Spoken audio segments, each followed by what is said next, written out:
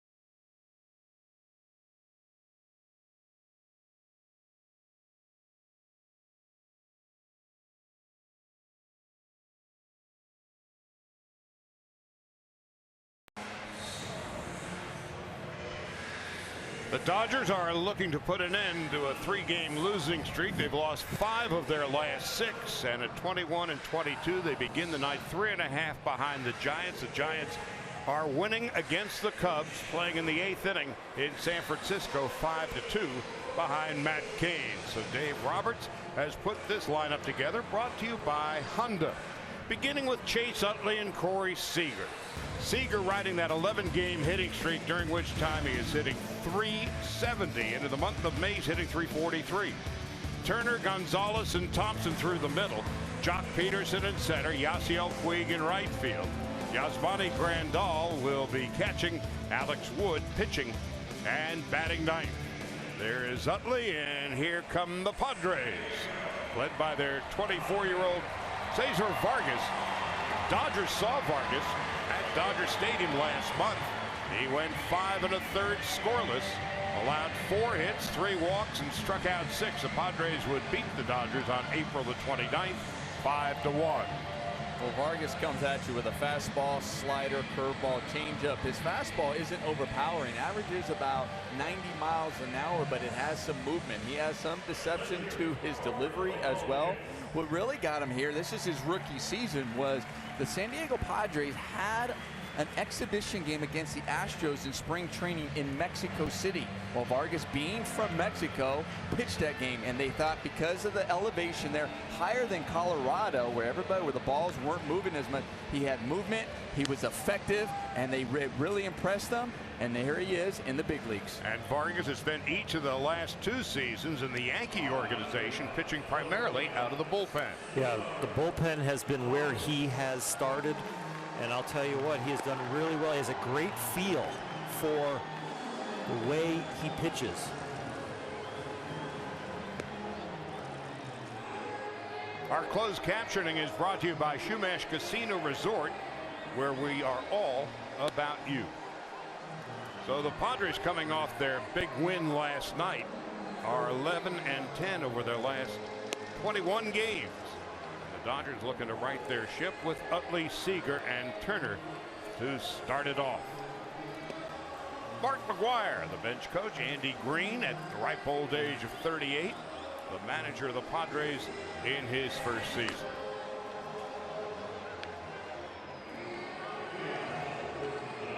So Utley will begin it at .290 with a couple of home runs and 10 runs batted in. Chase last night had 2 hits and 4 at-bats and a walk. He has just been terrific as the leadoff hitter for the Dodgers, and on the road been even better. The Dodgers as a team on the road are hitting about 40 points better than they are at Dodger Stadium. In 21 road games this year, the Dodgers are hitting .264 and averaging more than 5 runs and nearly 10 hits per game. Puig, a big night last night. At home, the Dodgers are 2 1/4, and on the first pitch, an easy ground ball to Will Myers. Myers, Rosales, Ramirez, and Wallace in the infield. John Jay in center field, came over in the Jerko deal, and he can cover ground, and you need to in this spacious Petco Park. Now Corey Seager stepping in. Corey Seager trying to make it 12 in a row. Had a double last night and a walk, and on 2 pitches, 2 out.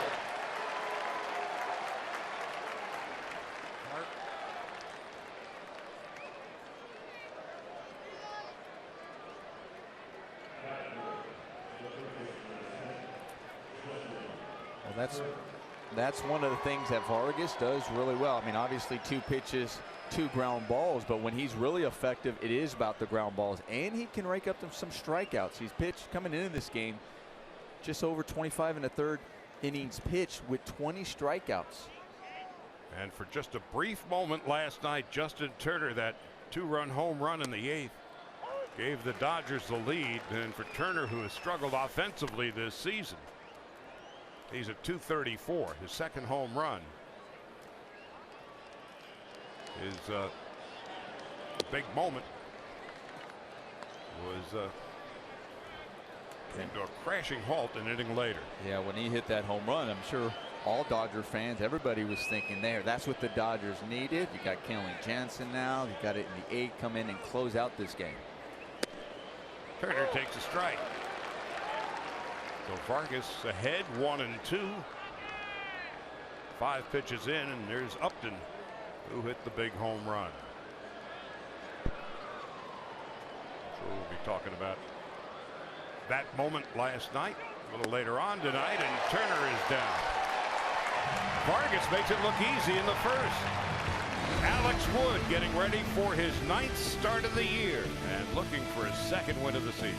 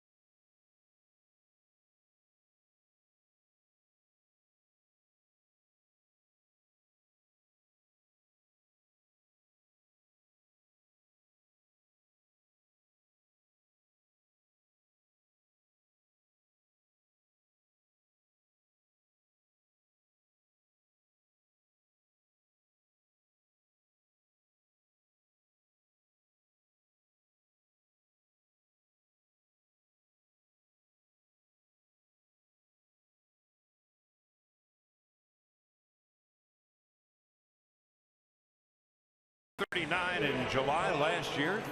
Third base coach of the Arizona Diamondbacks, and here is the Honda lineup he has put together in his rookie season as the manager of the Padres, with John Jay, the former Cardinal, Will Myers, and Matt Kemp. Kemp's been mired in a slump.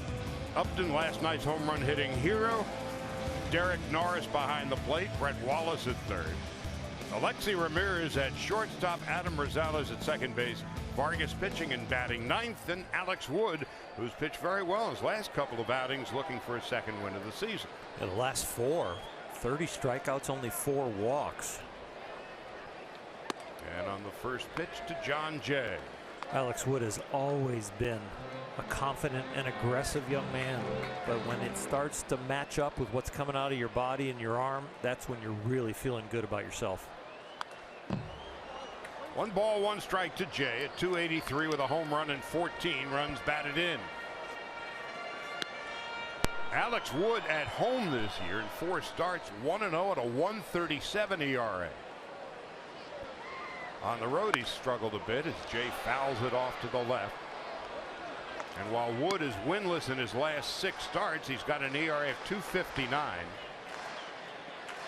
And as Oral mentioned, in his last 4 starts, 30 strikeouts and just 4 walks.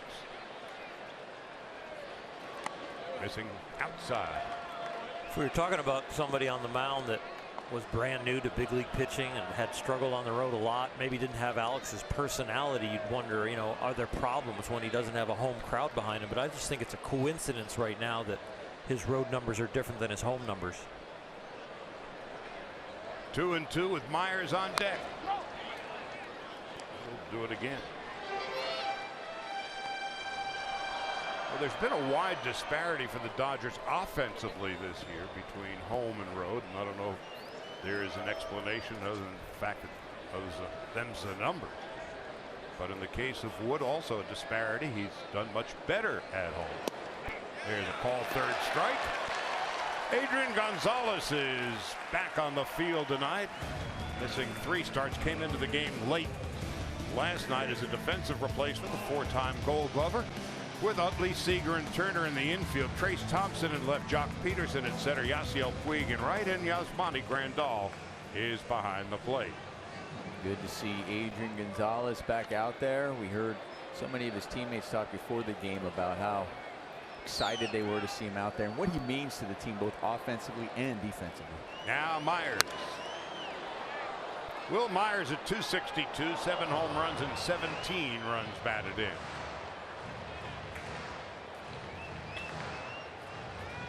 Kemp on deck.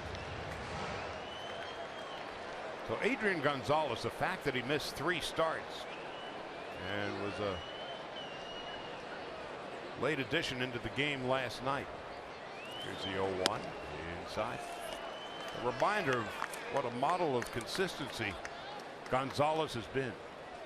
Since 2006, he has played in more games than anybody else in baseball. 1,629. Here's a 1-1 inside low, 2-1, and he's never been on the disabled list. You cannot equate how smooth he is with how much effort he puts into playing, hitting, and preparing for every game. The 2-1 into center field. Peterson going back, and he's got it.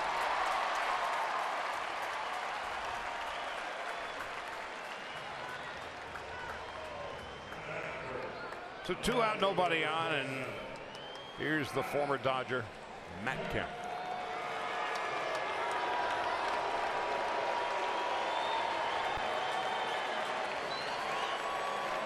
Kemp has really been struggling. He's hitting .236, 10 home runs, 29 runs batted in.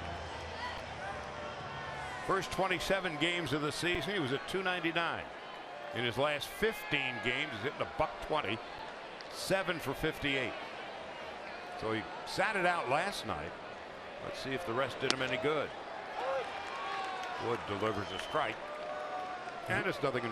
Really surprising to see him get yesterday off. I know he needs a mental day, or they just want to get him out of there because of the slump, but he seems to be inspired to play his old team. And that's the kind of thing that would also wake somebody up from a slump. Missing inside. 1 ball, 1 strike. And we always talk about when you get out of slump. How do you get out of slumps? Well, it's about your confidence, trying to be confident in the batter's box. Well, you also know when you have success against a team, especially when it's your former team.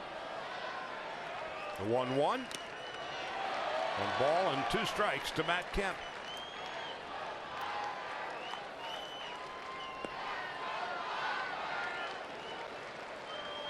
So Wood quickly ahead of Kemp.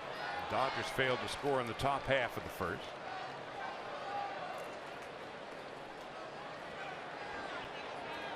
And on 1 and 2. Call strike 3. That'll end the inning. So Alex Wood strikes out 2 of the first 3 batters he faces. Adrian Gonzalez will lead it off for the Dodgers when we head to the top half of the second, with Thompson and Peterson to follow.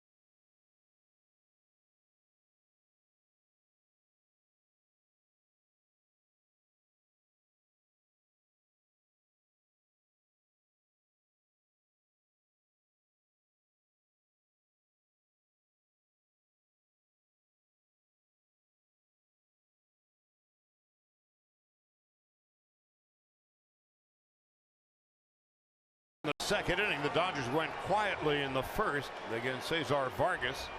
Gonzalez, Trace Thompson, and Jock Peterson will be hitting.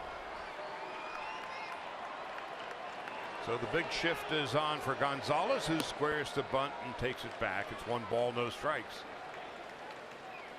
Alexi Ramirez all by himself on the left side of the infield. And so Gonzalez at least giving some thought to bunting in that vacated area. Instead, he bangs a base hit into left. Exactly what he wanted to do. He obviously squared around, was thinking about it. It wasn't just for show. He was thinking, all right, if I get the pitch, I'll go bunt over there. My job is a leadoff hitter, and if they're going to go and give him the hole, stays inside the ball beautifully, gets a base hit. That's what, you know, we're hoping that we see more and more hitters start to do that. I mean, I understand the shifts because that's what the numbers say to do. There's no question about that. But when hopefully hitters will start adjusting to that or recognizing that, and then you'll see the shift go away because they're going to have to start covering that. Now Trace Thompson at 282. Takes a strike, and it's 0-1. Thompson hitting .310 over his last 15 games. Well, the more he plays, the better he hits. Jock Peterson on deck. And a slow chopper. Ramirez will run to the bag by himself. That was the only way he could make the play. So Thompson replaces Gonzalez at first base with 1 out.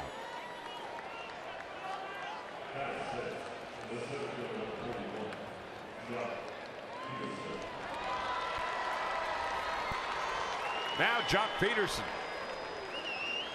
leads the Dodgers with 8 home runs. He's also got 8 doubles and 21 runs batted in. You'll see a lot of pitches per at bat.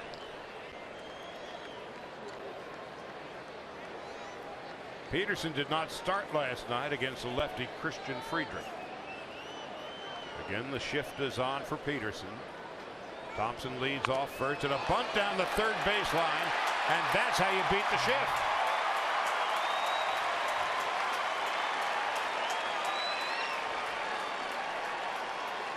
When you got an offense that's struggling a little bit, got 6 runs last night, starting to come out of it. Now a little inspiration to say, you know what, do whatever you can to set the table, let somebody else drive you in, and that's what Adrian Gonzalez did with going the opposite way, and that's what Jock Peterson did from watching the veterans' leadership with that bunt down the line. See them giving high fives to Bob Guerin, because Bob Guerin has worked with Jock. He's worked with a lot of hitters talking about that, about the shift, seeing those open, how to bunt it. He was at Jock Peterson had asked Bob Guerin, well, what kind of bunt? Is it a drag bunt? And Bob Guerin has worked and told him no, it's almost like, you know, a push bunt. Don't be afraid to really focus on going over there, because if you get there, you're gonna make first base easy. So don't worry about your jump out of the box. Does it beautifully. And the Dodgers have a threat here in the second inning. Thompson at second, Peterson at first. Good speed on the bases for Yasiel Puig. Puig with 5 home runs and 16 runs batted in. Nearly gets hit. Puig last night, a home run, also a single and 5 at-bats, 2 runs scored and knocked in 2. Dodgers hoping that Puig's bat could start to warm up. Got the mini 4-game hitting streak in progress. 1-1.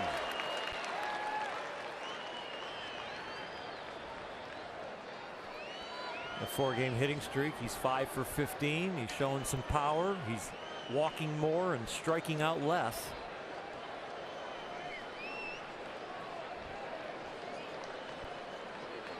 The 24-year-old Cesar Vargas. Yasiel Puig. Low and inside. 2-1. Grandal, the former Padre, on deck.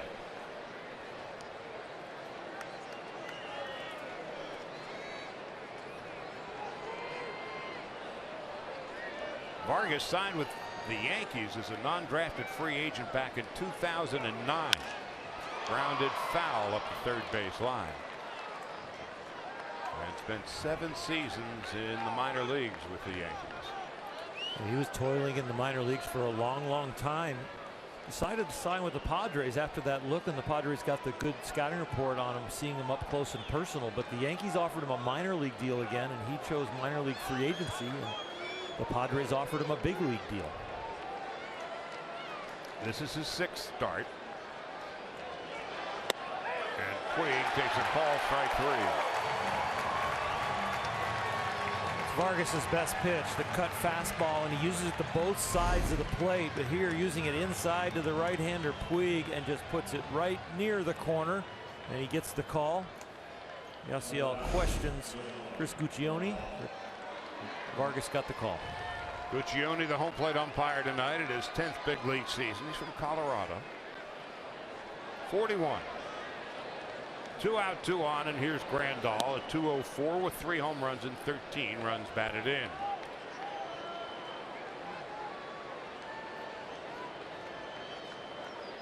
Four hits this season against his former team. 1-0 with 2 out.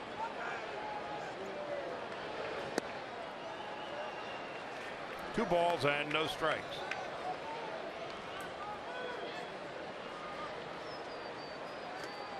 Big hit right here after playing some team baseball, beating the shift with a bunt and an opposite field ground ball. It'd be nice to capitalize on it. Grandal takes a breaking ball for a strike, and it's 2-1.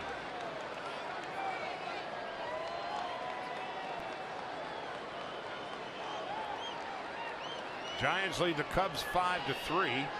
Cubs hitting in the top half of the 9th in San Francisco. Here's a 2-1. Grandal, big rip, fouls it back.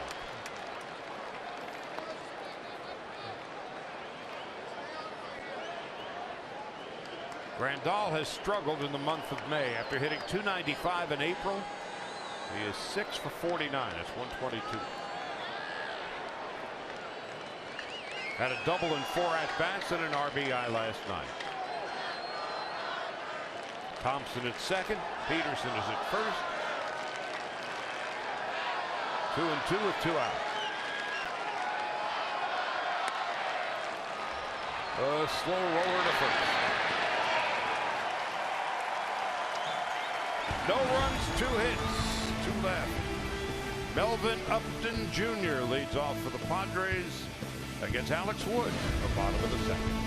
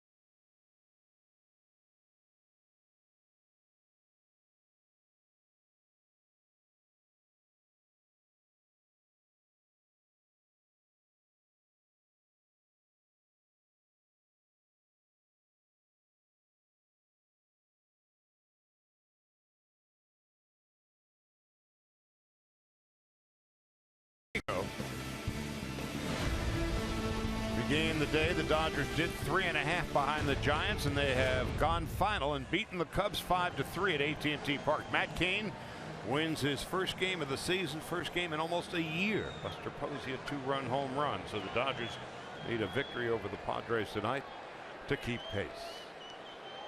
Alex Wood, a good first inning, struck out 2, retired the side in order. Will be facing Melvin Upton Jr., Derek Norris, and Brett Wallace. So the Upton walk-off last night. It was so mathematically improbable what he did last night. It was Kenley Jansen's first walk-off home run that he'd ever given up. And the first home run he had ever given up on an 0-2 pitch. It was a shocker, as Dave Roberts put it. It was a head scratcher. It seemed like everything was aligning for a great comeback win. Upton on 1-1. A couple of other mathematical notes about that moment last night. Kenley, in his career, when he's got an 0-2 count, opponents are hitting .077 against him. Talk about a shot in the dark. Upton takes low, 2-2. And the bloop base hit over the head of Chase Utley. One other statistical note. That came on a 1-2 pitch. Will Myers blooped it over the head of Utley. Kenley Jansen in his career, when he's 1-2 against a hitter, they're hitting 105 against him. So the mathematics and the moment didn't make any sense. I wonder if Upton Jr. just hit maybe the glove of Grandal. Grandal's in there like as if he didn't feel it, not understanding that.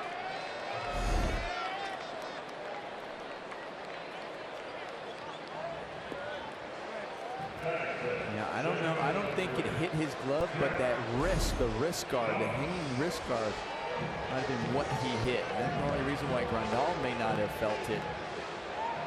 But Upton Jr. really right away was looking back at home plate umpire.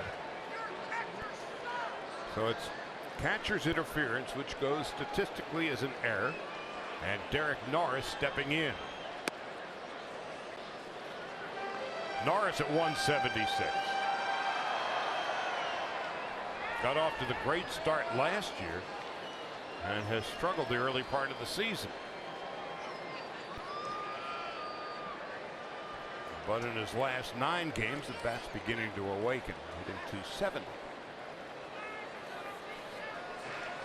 1 ball and no strikes to Derek Norris.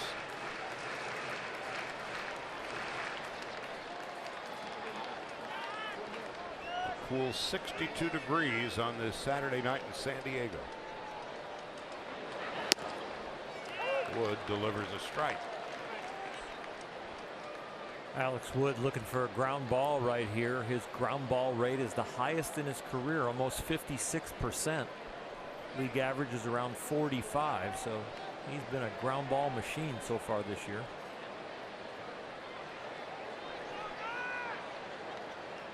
Quick toss to first base. Upton just back. First base umpire David Rackley.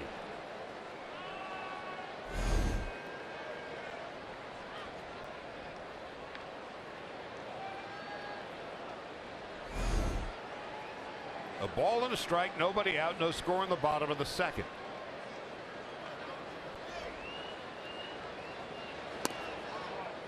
Wood misses outside.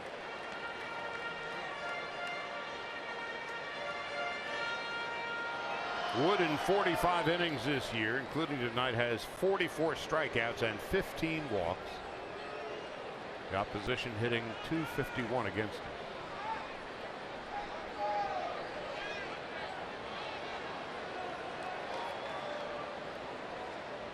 The 2-1. Here's a strike on the inside corner, breaking ball. There's a big pitch right there to keep the count. All even now, 2-2. You don't want to get into that 3-1 and 3-2 counts with a man on first, no outs. All of a sudden you might lose your double play if they start the runner.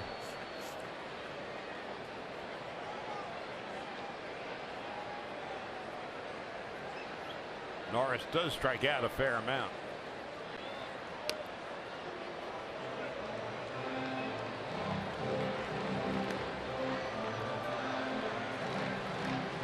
Adrian Gonzalez back in the saddle at first.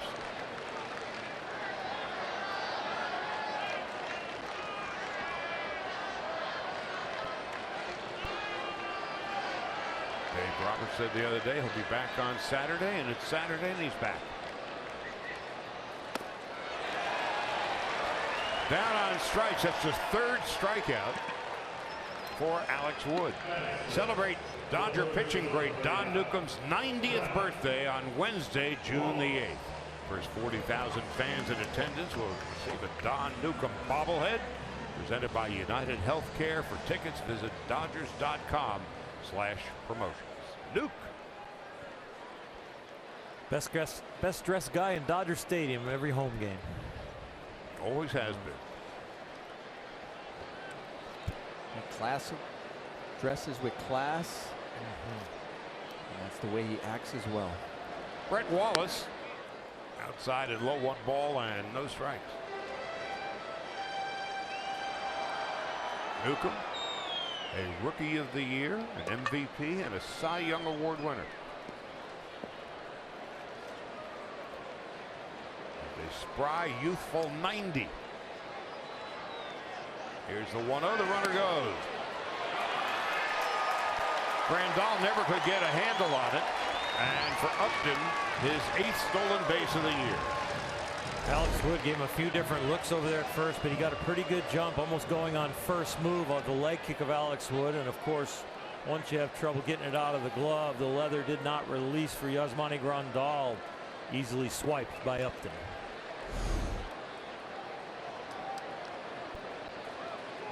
Just wondering where that pitch might have been. I don't know if with Yasmani getting up early, if it blocked the view of home plate umpire Chris Guccione, but it wasn't a bad pitch.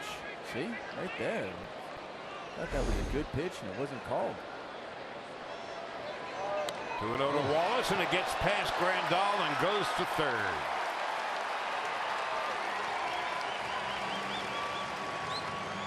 Well, just crossed them up. Looking for that fastball up. Wow, he looked from fastball in and got breaking ball low and away. Grandal and Wood need to get on the same page, and a brief meeting has come to an end.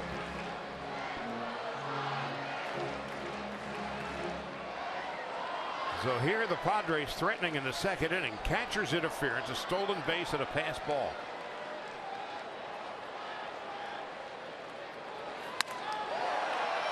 And Utley is there. Big out. Second out of the inning.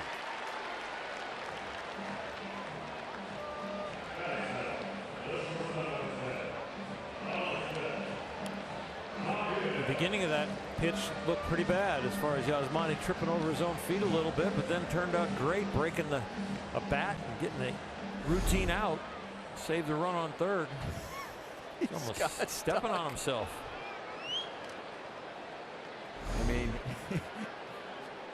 Yasmani's probably thinking, can I just get through this inning? Let me just get through this one. Let's get a 0. Yes. Well, you're right about that. Oh,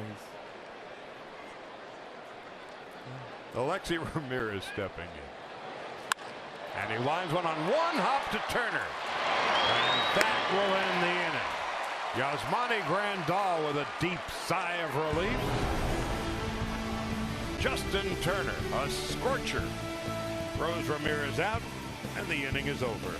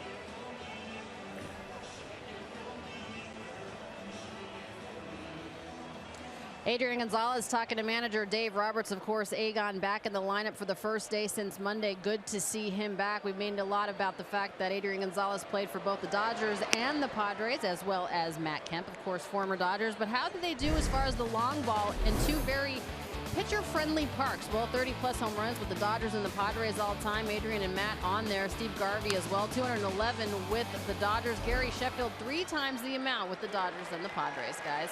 Alex Wood bounces out, first out of the third. Matt Kemp, well, he's had a tough go of it so far this season. So 1 out, nobody on. Alana into the 4th inning. We'll be talking with A.J. Ellis as the game proceeds. Utley on the first pitch of the game bounced to first base.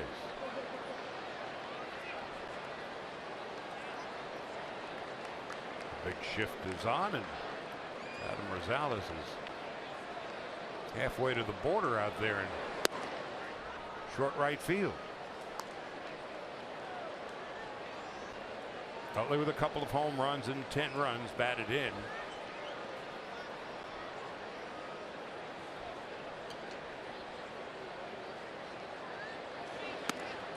Utley taking inside 2-0.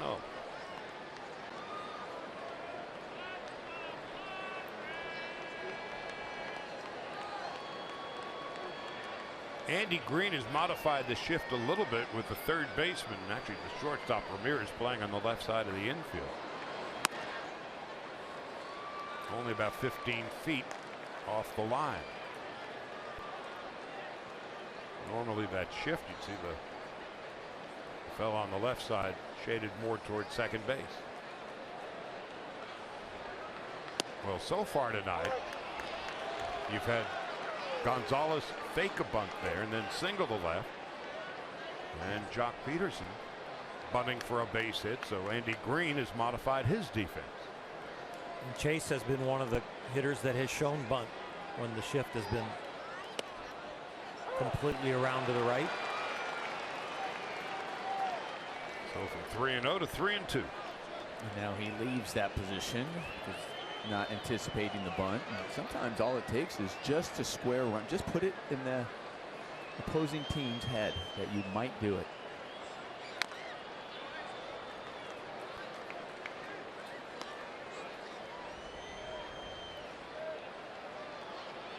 With 2 strikes, if the defense still warrants a possible bunt, you don't want to do it because you want to strike out attempting the bunt. You know, just playing a little pepper with what would be the third baseman, and if you're a little late and you hit it foul, you're still standing in the batter's box.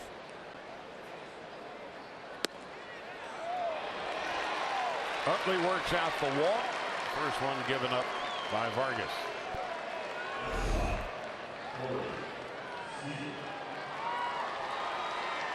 Just a bit outside. Great eye. Right around the area that Yasiel Puig got called on that third strike. Now Corey Seager stepping in. And on the first pitch he saw, he bounced back to the pitcher. So Seager with his 11-game hitting streak. Lines one, foul. We've seen that a few times where Corey fouls a ball off or swings at it and he doesn't know where it is. That looked like another one of those ones where he wasn't sure where he hit that ball.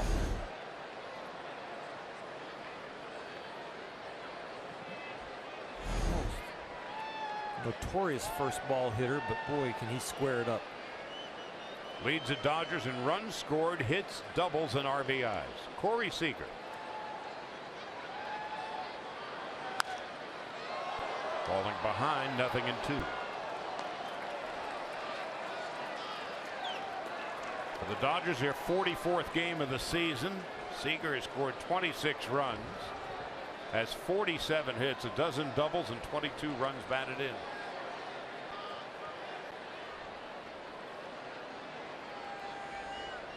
Nothing in 2, 1 out, top of the third.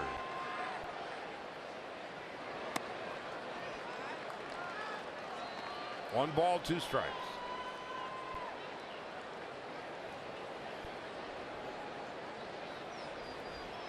Seager hit .250 in April, .343 this month.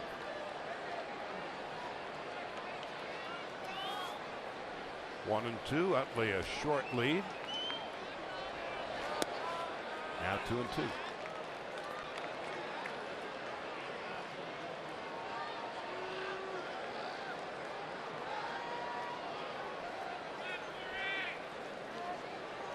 John Jay a few steps toward left center field. And Kemp well off the line and right.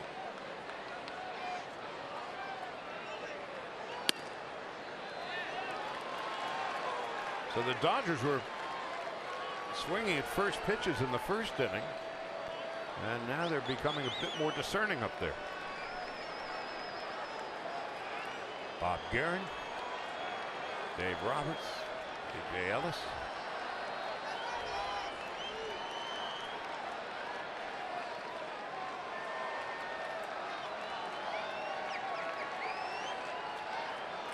Three and two with one out.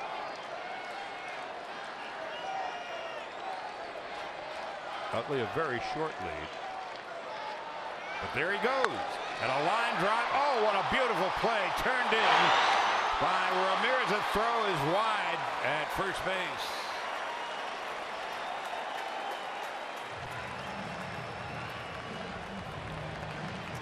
Oh, it's unlucky for the Dodgers because this ball was scalded. I think for that new rule, sliding that second base might have also saved Alexi Ramirez, especially the way Chase Utley coming in there and spinning around and sliding into the bag.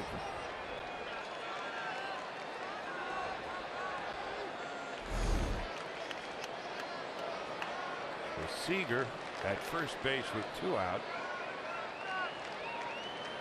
And Turner coming up. Turner a strikeout victim in his first at bat.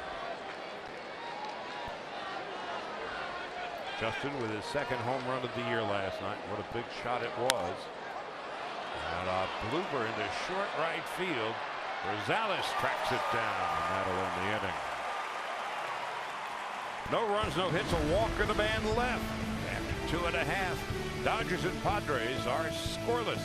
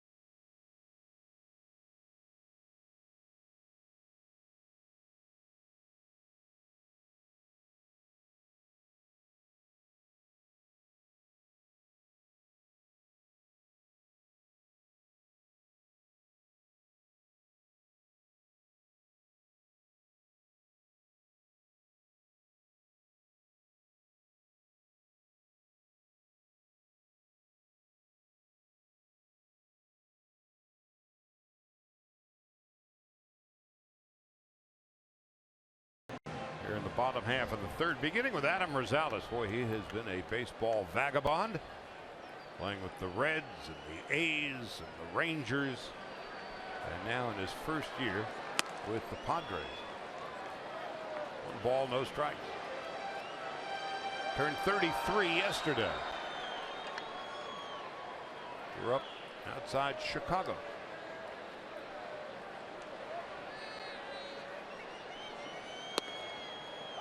1 ball, 1 strike to Rosales. Turned pro in 2015. With some endurance and some dedication. And now only, what, 5 years younger than his manager. So's the bat boy. 1 ball and 1 strike. Just inside. 2-1.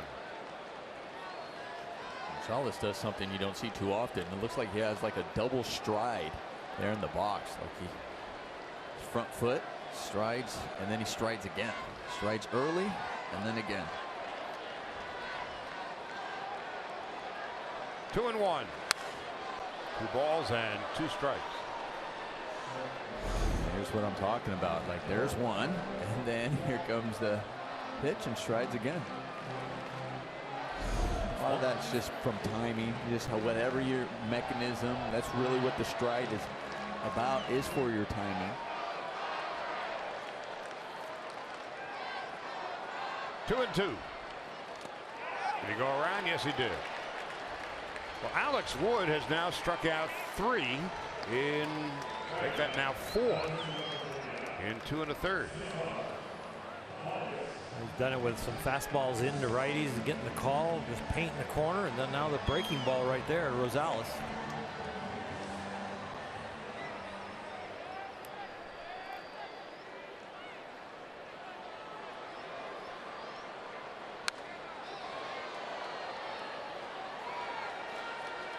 Three of the 6 outs from Vargas have been strikeouts.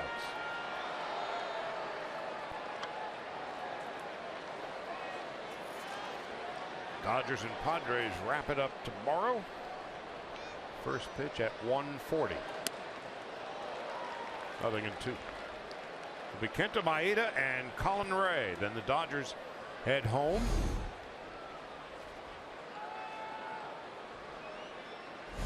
Three games with the Reds. Vargas is down on strikes. 5 strikeouts for Wood. 2 out and nobody on. With the short turnaround day game tomorrow and the tough loss last night, be a nice win tonight and win again tomorrow. Get on a roll with having to play Cincinnati, the Mets, and then the Chicago Cubs in the upcoming schedule. Next Thursday, the Dodgers fly east. Spend the weekend in New York. A Sunday night game from New York. And then after the game, speed on over to LaGuardia. Get into Chicago in the middle of the night. And play the first of the 4 games with the Cubs on Memorial Day Monday. Here's the 0-1. John Jay.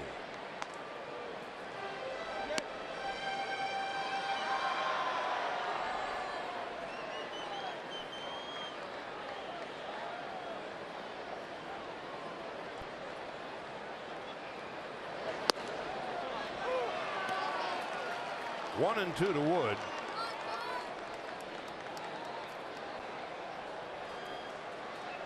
He doesn't have much fun, does he? Well, with a left-handed hitter and a left-handed on the mound with the good breaking ball tonight and all the strikeout, Alex Wood, those two are in the perfect opening for the foul ball to come launching into the dugout. So they are preparing right now for everybody else to bail and a little protection. Just in case.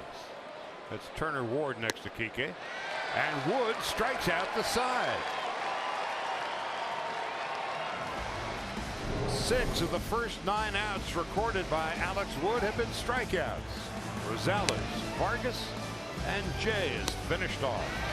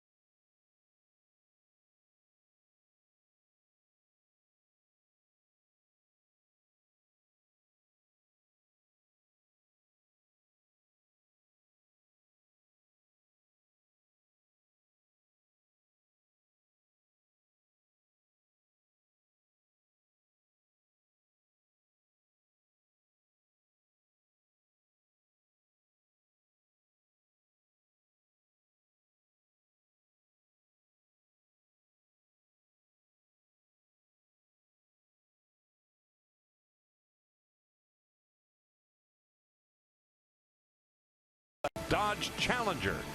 Test drive one at your local Dodge dealer today. One of the great moments in Los Angeles Dodger history, and Marlin Anderson would be on the way to capping off that great night when the Dodgers hit 4 consecutive home runs in the bottom of the ninth against these Padres in a pennant important game as Adrian Gonzalez leads off.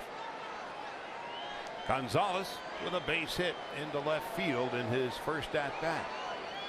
They've got the shift on for Adrian, and he went the other way the first time. Have a look at the Morongo Casino Resort and Spa slow-mo cam. Well, you're going to give me room on the left side? Gonzalez says, I will take it. 1-2 to Adrian Gonzalez at 285. That hole was as big as a 3-bedroom suite at Morongo.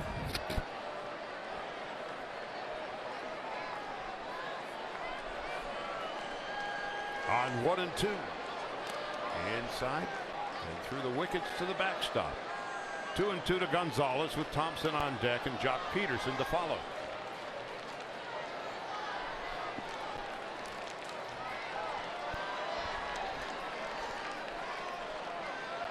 Dodgers with 2 hits. The Padres have none. And Gonzalez is down on strikes for Vargas, his 3rd strikeout of the night. That was a good pitch by Vargas coming in there on Adrian Gonzalez. And you talked about Adrian on his first at bat. We showed his first at bat going the other way. He also had a pitch he could handle over there. In the first couple of pitches too, he looked like he was really trying to stay inside the ball and possibly go the other way once again, especially leading off the inning. And Vargas looked like almost like they recognized that and said, okay, we'll try to inside out this pitch as I come in there. Thompson 0 for 1, takes a strike.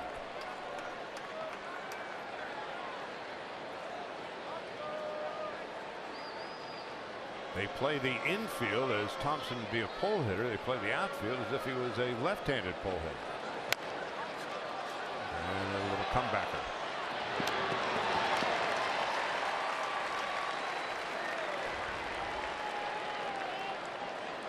Vargas, a real good fielder right there. Great athlete. Come off the mound there and just looked at very at ease fielding that ground ball with some spin on it.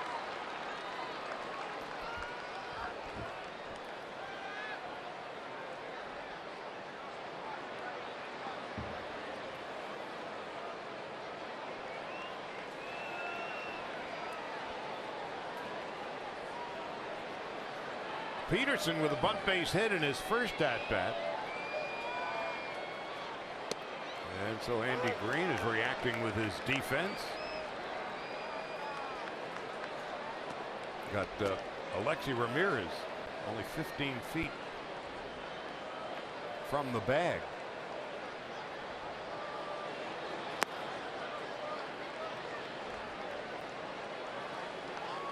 A little cat and mouse game going on. That'd be really nice if Jock Peterson hits a ground ball where Alexi normally was playing before he had the bunt, just to say, okay, now that I've moved you, I'll hit it over there. Myers to Vargas. Dodgers fail to score in the 4th. In the bottom of the 4th, Alana will be talking with A.J. Ellis live from the dugout. Don't go away.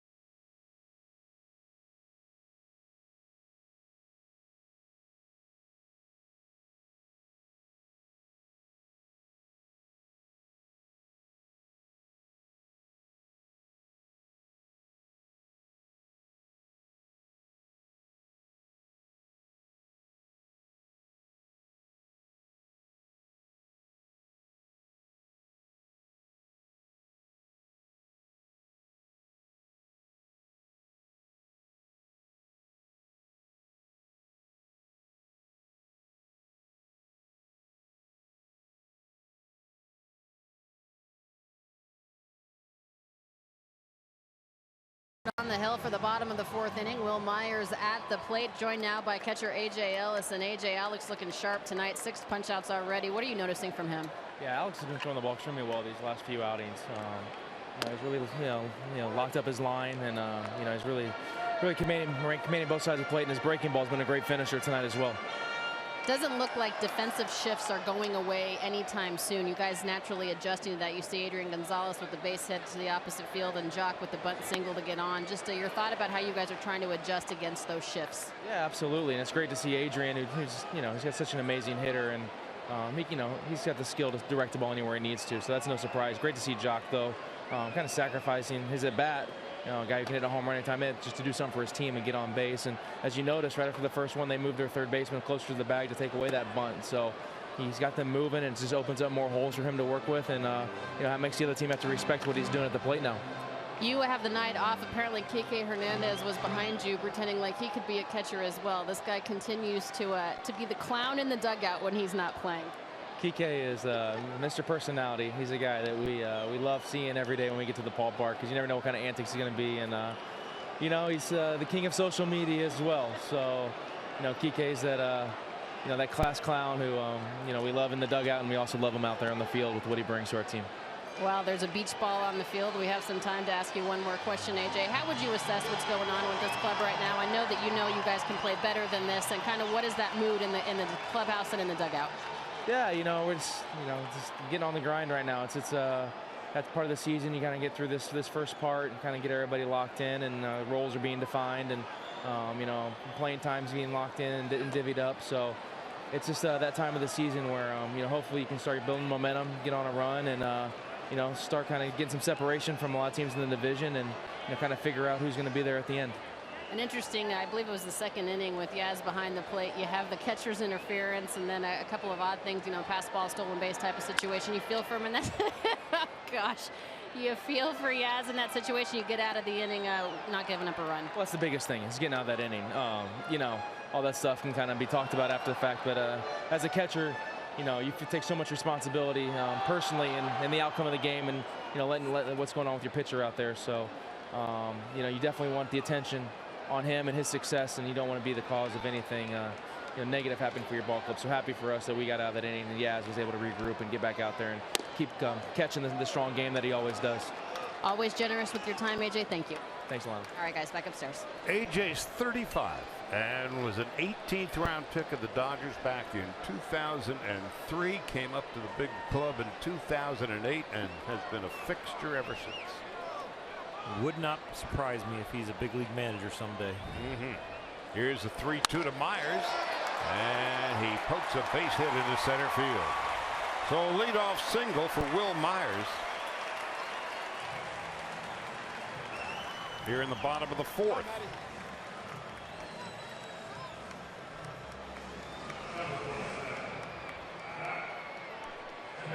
Now Matt Kemp looking to find his way back home. He can wait until the Dodgers leave town.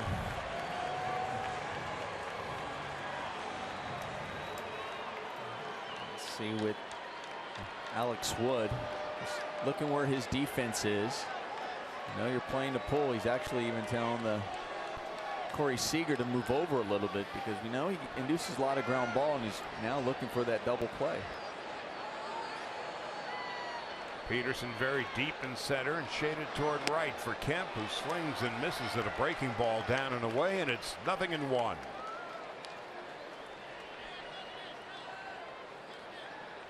Kemp this year has 35 strikeouts, now 36, and has walked only 4 times.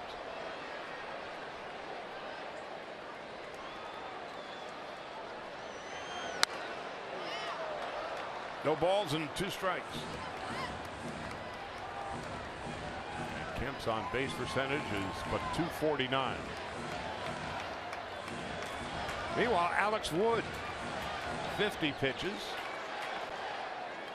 only 18 balls. He has struck out 6 and hasn't walked anybody. Myers can steal a base. He's 4 out of 5 this year.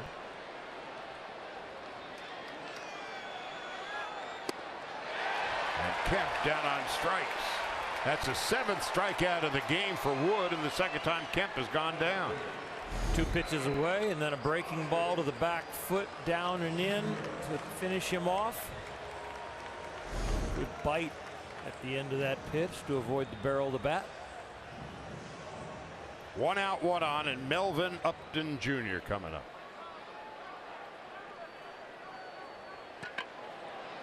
He has had a resurgent season with the Padres this year.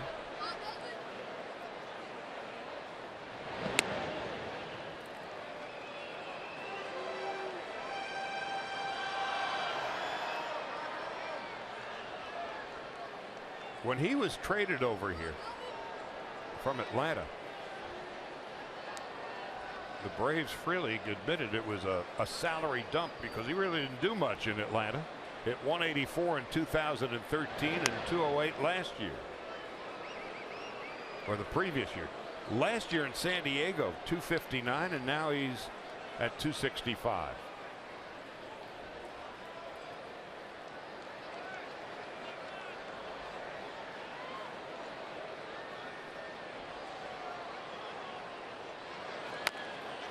Off the end of the bat. He was lost for a lot of years there with the bat. In the batter's box, you could just tell he was struggling, and they would put him in, take him out, pinch hit him, try and find some way to. He looks a little bit more with it in the box now, like he understands his mechanics and how the pitchers are trying to attack him.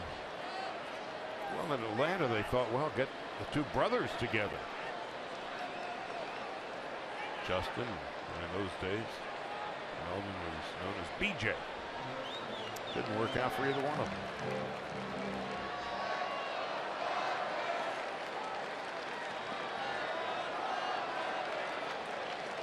No balls, 1 strike, and 1 out.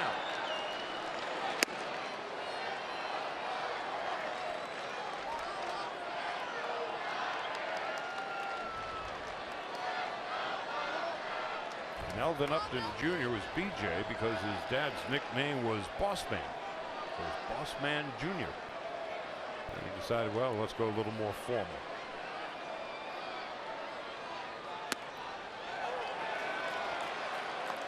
One and 2. That's one you're just glad to get back if you're Alex Wood. That was a hanger, but he's done such a good job tonight commanding both sides of the plate with his breaking ball and with his fastball that got Junior in between.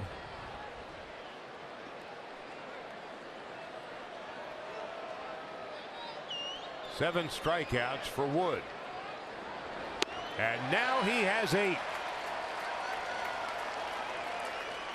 That's got to be really hard for a hitter to have one spinning and not break, and then the next one spinning and it just bites. Well, one before where it was hangers because the way it started off, it started up out of the zone. This one starts in the zone. And they're starting in the zone, and when they're lower, they have a tendency to have more bite on them. But at the same time, we talked about with Friedrich yesterday for San Diego, and I was talking about how you can make him come to your strengths as a hitter because he couldn't find the zone. Well, when a pitcher is finding the zone like Alex Wood, you get away with those hanging breaking balls, but now you have to go after his pitch. Norris on 2 hops to Utley. He'll take it by himself. No runs, the leadoff hit for Myers. 8 strikeouts for Alex Wood through 4. Scoreless.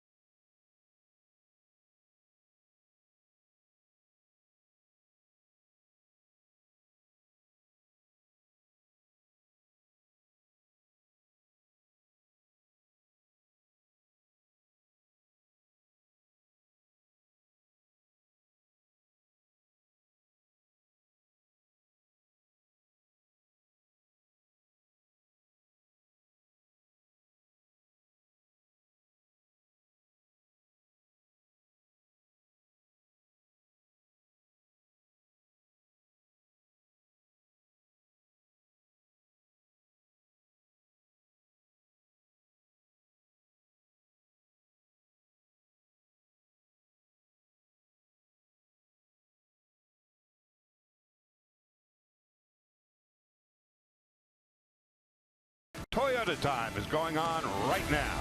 Save big on the striking all-new 2016 Prius. See your local dealer today. Off the top of your head, fellas, is there anybody that swung the bat any harder than that fella? We were kind of looking at each other, and I was just like, gosh, he was so strong. And Oro was talking about how quick his bat was. I was so glad when he pulled the ball because you did not want him to hit it back up the middle at you. Oh, that's great because your third baseman was hoping he wouldn't pull the ball. No, just make him pull it. I used to throw it low and in the slow, so he would just pull it foul. Just kill it. That, of course, Gary Sheffield, who played both with the Dodgers and the Padres, among others. And he had that waggle of the bat to slow him down. Puig fouls it back, and it's 0-1.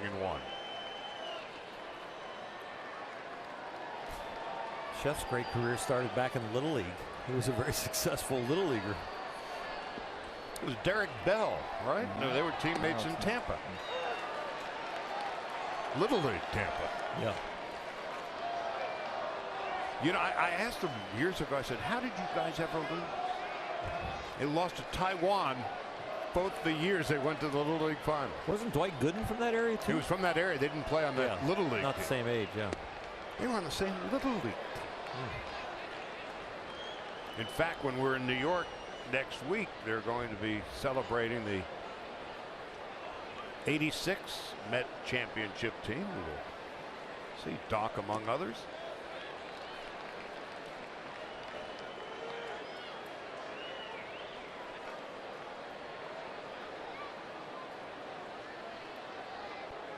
Puig on 2-2 in the top of the 5th. 2 hits for the Dodgers, 1 for the Padres. It was not a real restful night going to bed in '86, knowing you had to face that lineup. The '86 Mets, wow. Gary Carter, Keith Hernandez, Strawberry, Rick Reynolds. On 3-2, line foul. Somebody else we know was on that Little League team from Tampa. Vance Lovelace. Well, that's right. That's right. That's somebody you didn't want to mess with either. Oh, gosh. You're right. How did they lose? We'll talk about it later. I bet you everybody's asking to check their birth certificates, the size and strength of those guys at 12. That might have been some of the issues of how they lost during that time. Not theirs, but you know, there was a couple years where some of those teams from like Taiwan, because of their birth certificate discrepancies. Little League has done a great job cracking down on all that and the size of the territory that you select your team. The 3-2 into center field. Jay going back, way back, and he will track it down.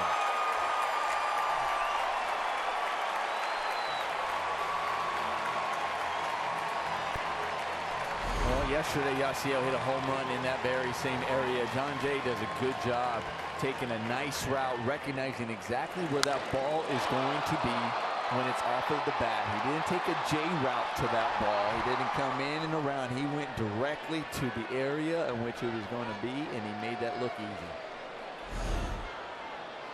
Was that on purpose, using a J route with John Jay? No, it wasn't. It just was it's a description of a route for an outfielder. Exactly. We've seen J routes and question marks sometimes too. No, that was genius. That's what that was. So Puig is robbed on the J route from John Jay. 1-1. Well, when we did the defensive alignment at the beginning of the game, we featured John Jay and how he's such a perfect fit for spacious Petco Park. Power alley to power alley. Jed Jerko sent from here to St. Louis.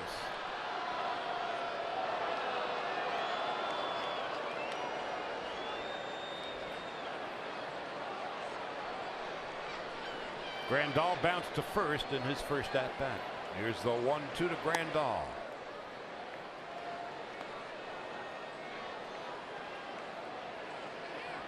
Alex Wood on deck.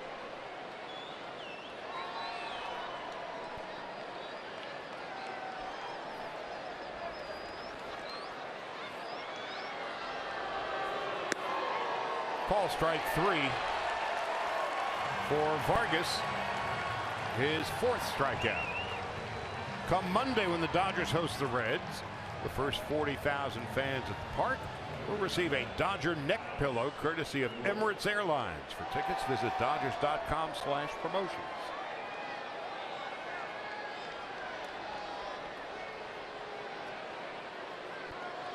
Vargas has held the Dodgers to 2 hits while striking out 4. Alex Wood has held the Padres to 1 hit while striking out 8.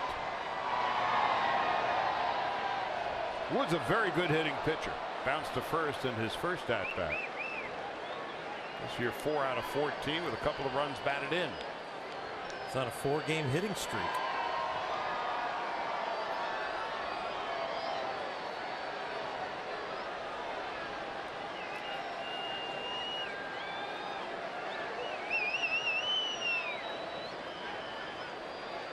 Two out in the 5th. 0-2 to Alex Wood.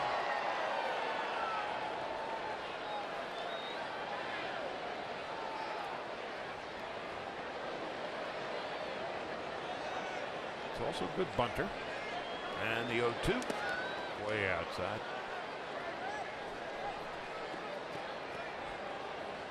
Chase Utley is on deck.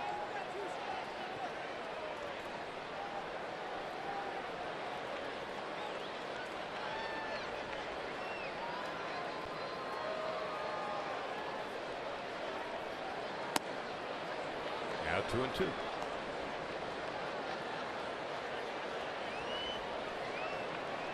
Vargas at a very manageable 64 pitches.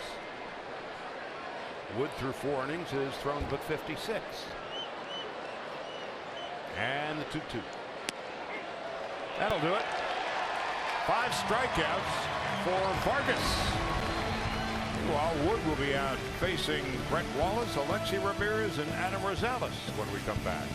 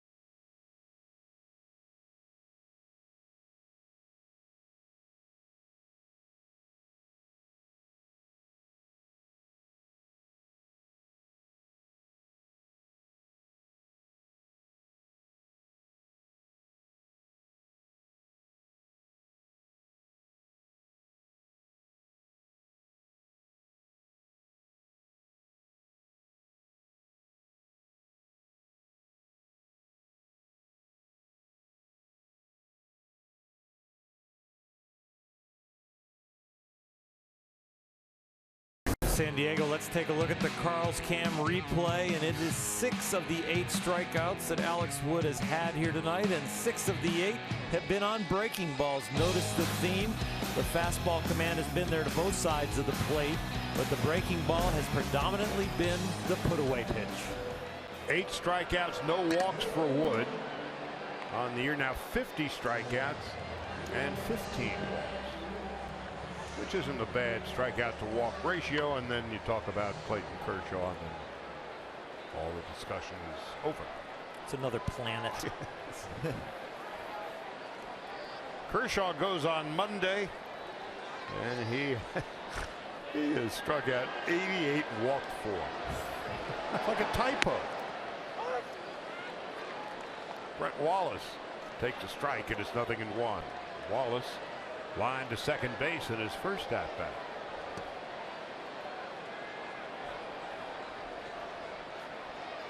The 0-1. A strike on the outside. 0-2.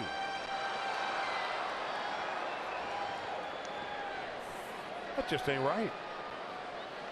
22-1. That looks like a typo.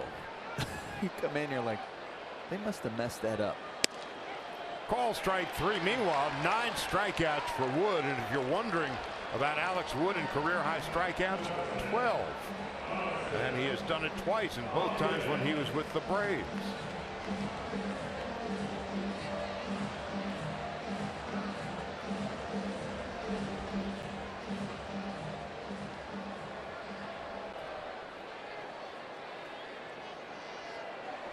One out, nobody on, and here's Alexi Ramirez. Bounced to third in his first at bat and takes a strike. It's 0-1.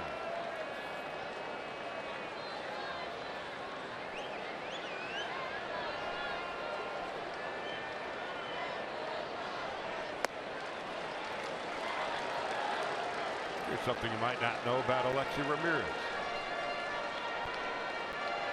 Since his first big league season in 2008, he has played more games at shortstop than anybody.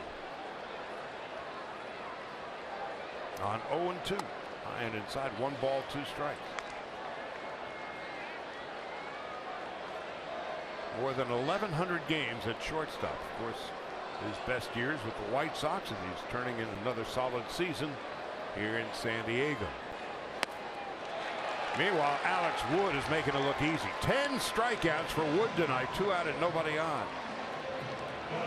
Tried to balance the books with the first strikeout this inning with Brett Wallace. Struck him out with a fastball there. He gets a changeup. So 3 of them on fastballs, 1 on a changeup, and 6 on breaking balls. Struck out 2 in the first, 1 in the second. Struck out the side in the third, 2 in the fourth, and 2 here in the fifth. He's just throwing strikes tonight. Rosales a strikeout victim in his first at bat. His last 17 innings, he's only given up 2 unearned runs. And came in no decision with the Mets and a no decision with the Cardinals. Here looking for a little run support. I'm sure in the dugout, when the Dodgers hit the dugout, they're saying, let's get this guy some runs.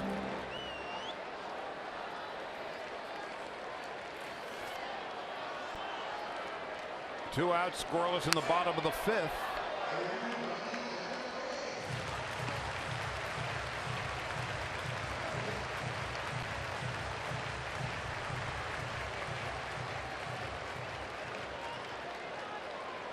Vargas is on deck. Wood on 0-2 to Adam Rosales. Just high. 1-2. He shook off the slider down and in. Wanted the changeup away. Just misses with it. I think you probably see the back foot slider right here. On 1-2 to Rosales. Swung on and missed, strike 3. Strikeout number 11 for Alex Wood. Striking out the side in the fifth. First, Brett Wallace. Then Alexi Ramirez. And then Adam Rosales.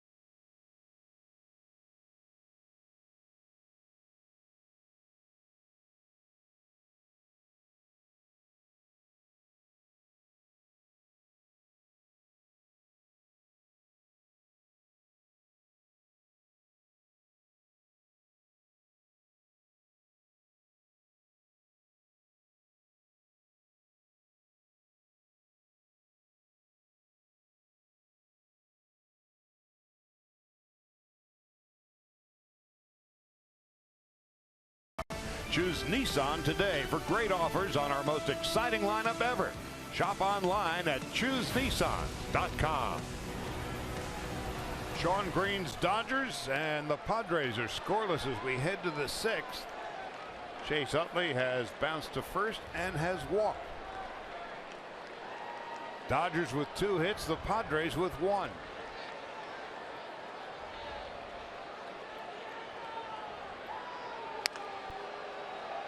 One ball and 1 strike.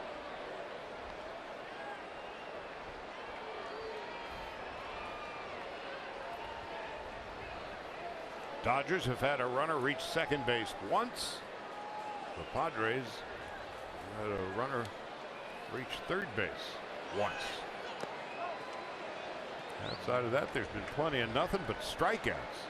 11 for Wood and 5 for Cesar Vargas. When you're the Dodgers and you see your pitcher striking out all those batters, striking out the side, you want to try to find to get a run somehow for him. And Vargas has done a good job and is as well. And even in his first outing against the Dodgers, he went 5 1/3 and didn't allow a run. Just 4 hits in that outing, and he got the no decision. 24-year-old Cesar Vargas, who signed with the Yankees as a minor league free agent at the age of 17. Bounced to first. The underhanded flip to Vargas, covering from Will Myers.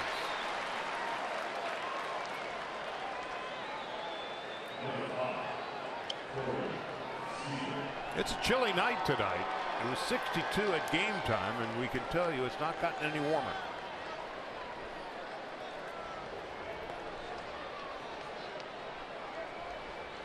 Corey Seager 0 for 2, has that 11-game hitting streak. And hitting .343 this month. .370 during the streak.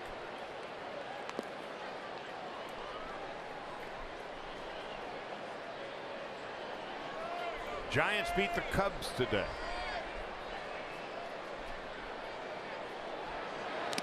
The Rockies beat the Pirates.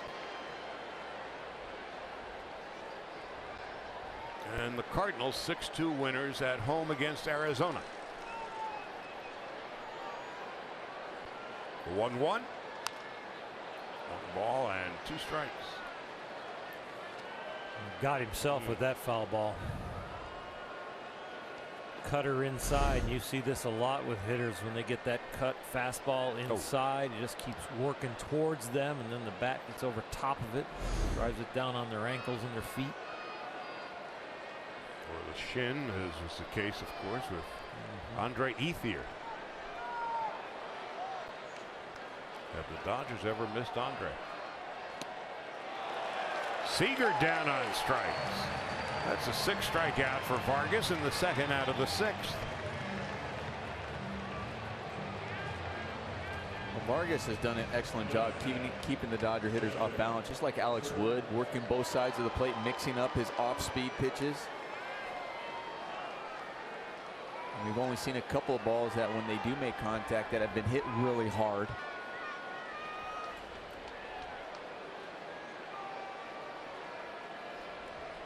Two out, nobody on, and Justin Turner 0 for 2. Takes a strike. It's 0-1.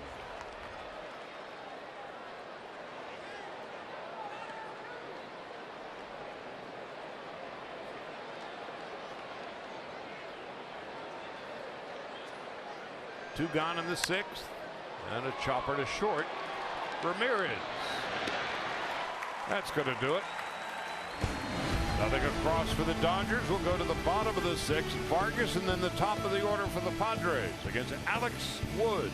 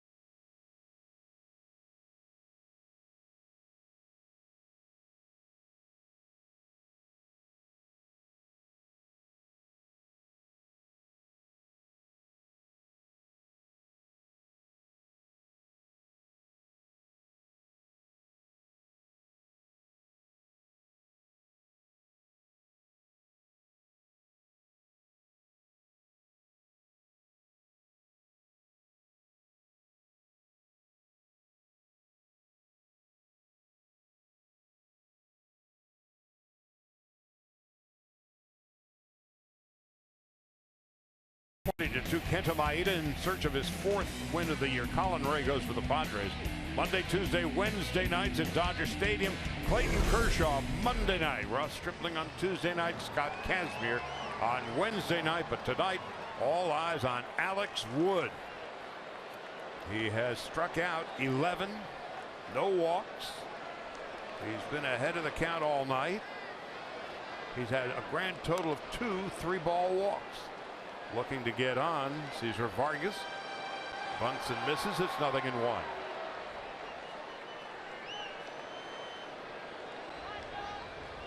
John Jay, Will Myers to follow. 2 hits for the Dodgers, 1 for the Padres. And Wood quickly gets ahead, 0-2.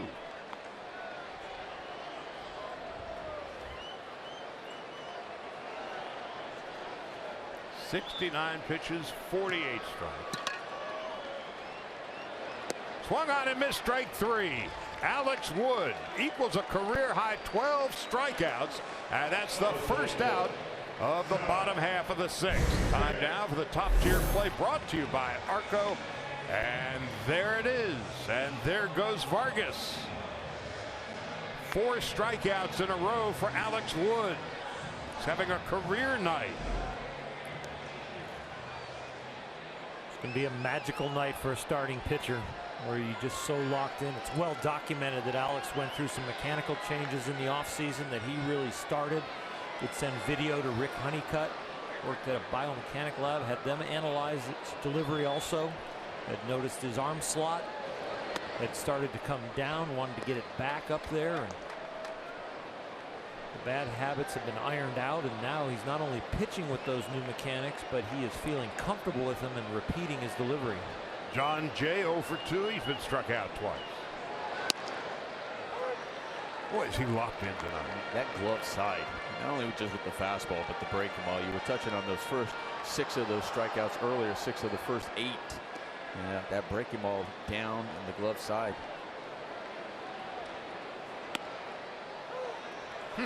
1-2.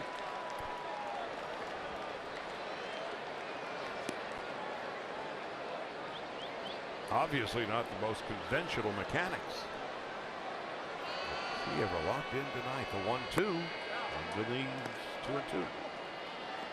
They've done a nice job also varying his patterns. You know, those breaking balls, put away pitches. Now they're going more to the high fastball and the change up to finish people off. So all of a sudden, if the hitters thought they were going to catch up to a pattern, they're changing it on them all the time. Alex Wood on 2-2 to John Jay. He's going to step out and think about it. Yasmani had to go to the 4th sign on this 2-2 pitch. So Alex changing the pattern himself. Just outside 3-2, just a 3rd 3-ball count of the night.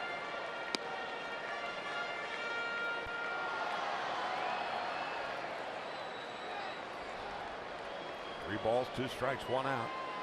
Scoreless in the bottom of the 6th. Did he go around? No, he did not. The first walk of the night given up by Alex Wood. So much confidence when you go to a 3-2 breaking ball and your catcher puts down the sign that you want.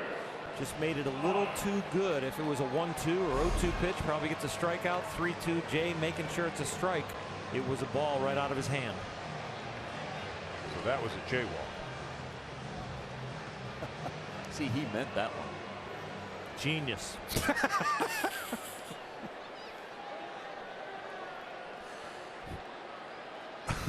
Will Myers 1 for 2.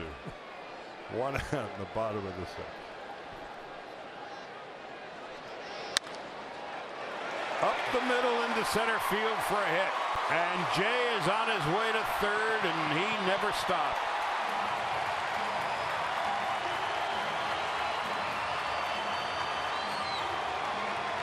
Routine ground ball base hit, but Jay does a great job reading the angle of the outfielders as Jock Peterson approaches it, and Trace Thompson, and understands that it's going to be really hard for the right-handed thrower to turn his body and throw accurately to 3rd.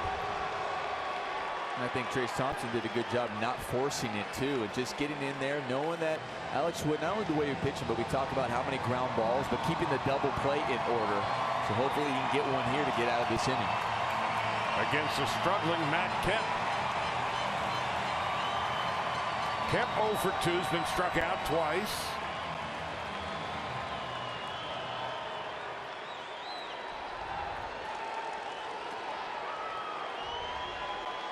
Well, he hasn't hit much. He has hit in the clutch. First and third.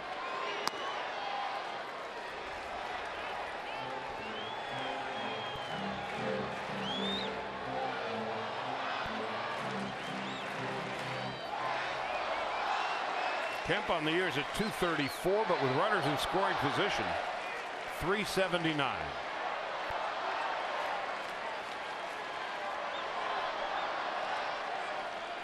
On 1-0. 1 ball, 1 strike.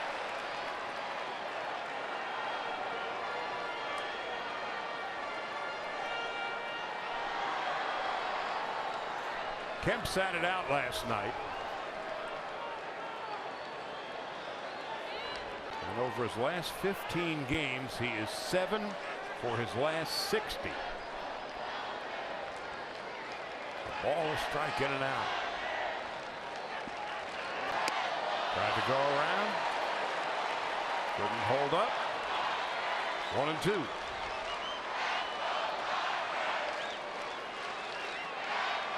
He's got Matt looking. He's gotten him swinging with a downwind breaking ball. Alex Wood going to really have to trust Yasmani Grandal if they call slider, because he's going to want to bounce it right here and get him to swing and miss. Trust that his catcher can block it and save the runner on third. Jay is at third. Myers is at first. They're both speedy. 1 ball, 2 strikes. And the pitch to Kemp. Fly ball, right field. Retreating is Puig. He'll make the catch. Jay is on his way home. And the Padres take a 1-0 lead on the sacrifice fly off the bat of Matt Kemp.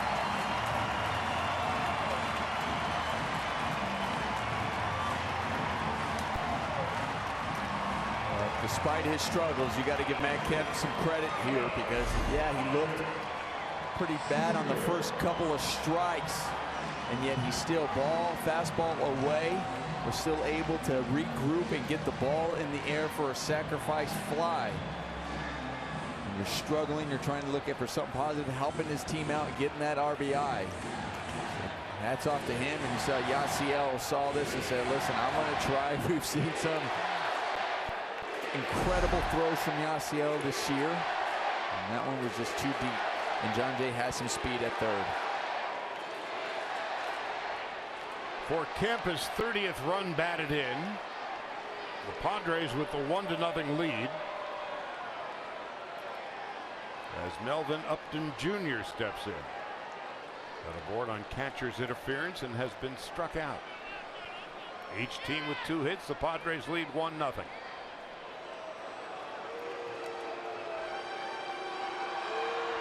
A nice job by Yasiel throwing the ball home, giving us a chance to get that runner, but he also kept the ball down low enough to keep Myers at first base. It wasn't launched with an angle where immediately Myers knew it couldn't be cut.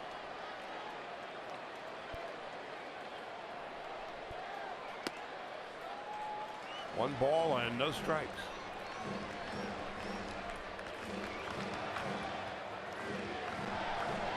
.82 pitches into his journey. Wood with 12 strikeouts, but now trailing 1-0. Strike, 1-1.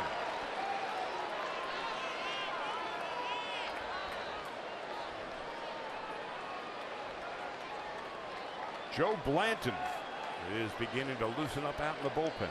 Hasn't thrown a pitch yet.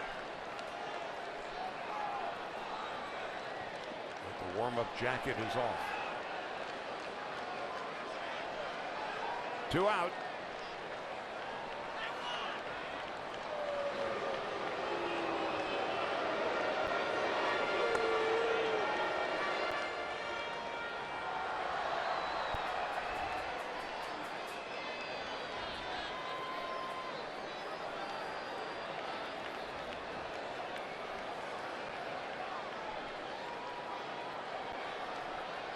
There goes the runner. Pitch is low. The throw is late. Myers now 5 out of 6. Good jump over there. Change up away. Yasmani double clutches it out of the glove again. I don't know even if he got it cleanly. Myers, great jump.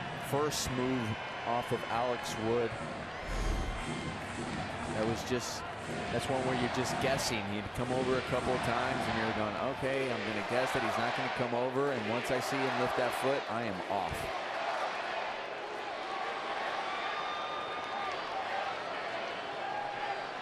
First inning of trouble for Wood. The Padres with a 1-0 lead.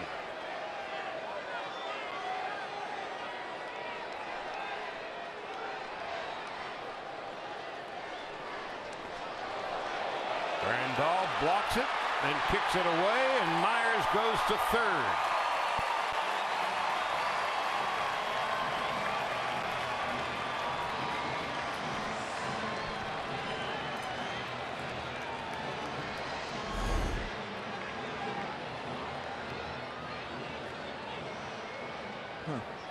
Upton trying to remove his back leg and not get hit by the breaking ball down and in as he brings the back leg back into balance, kicks that ball away. That's what Justin Turner was talking to third base umpire Fonzo Marquez about, was the fact that it was definitely unintentional. Right.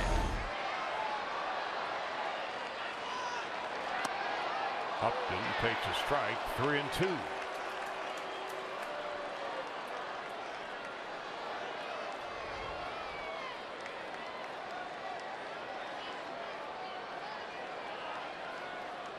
Derek Norris on deck. Cesar Vargas now has a 1-0 lead to work with.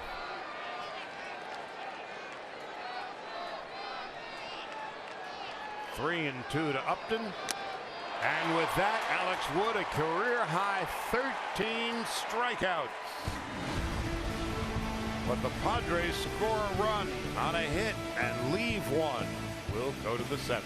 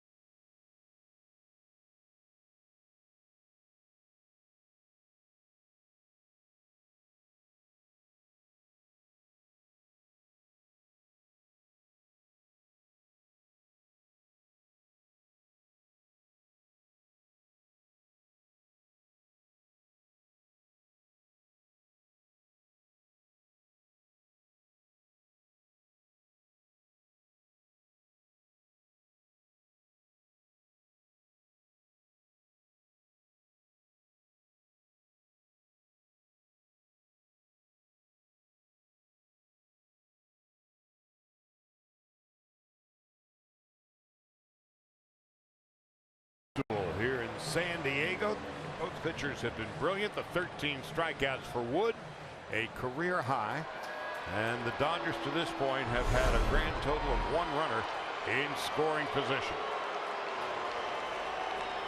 Vargas, he's thrown 76 pitches to this point, 6 strikeouts, 1 walk. Gonzalez has one of the 2 Dodger hits, and now he's got 2 of the 3.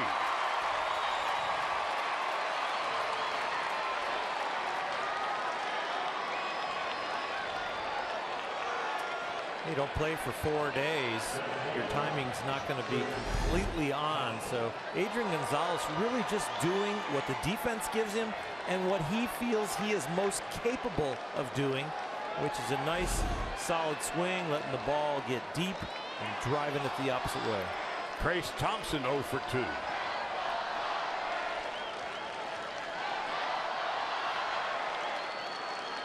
Bounce to short and bounce back to the pitcher.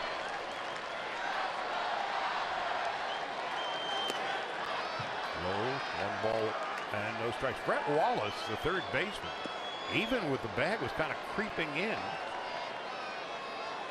Does Andy Green think that Thompson might be sacrificing here?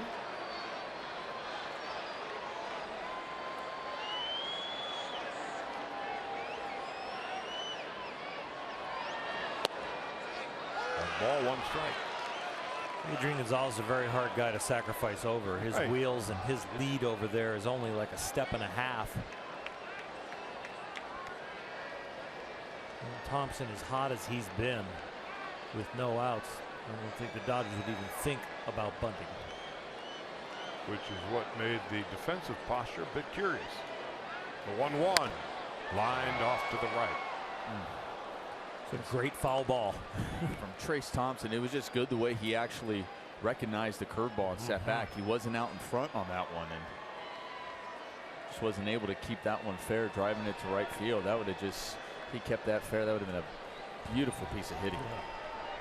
Thompson in the last 3 weeks, .310 with 5 home runs and 12 runs batted in. To center field, Jay going back, way back, and it is gone, a home run! Trace Thompson with his 7th home run of the season, and the Dodgers take a 2-1 lead.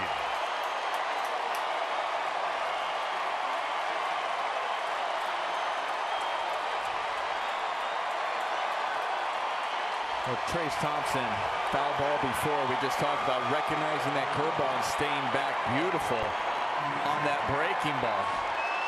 And then he gets a pitch that he can handle, and he drives it to center field, doesn't pull off of the ball.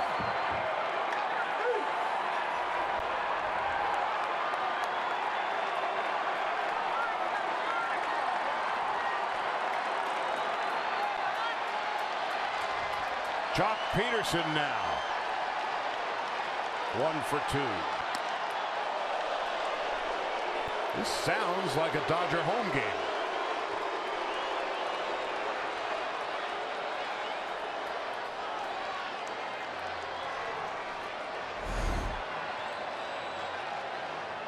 Stayed on it nicely, head down. Talked about where he doesn't fly open, where that front shoulder, wasn't thinking about pulling the ball, was just thinking about taking it right back up the middle and driving it and showing some emotion there. Well-deserved emotion, big hit right there. Got a nice head scratch from his roomie, Alex Wood. Thanks for the 2 runs.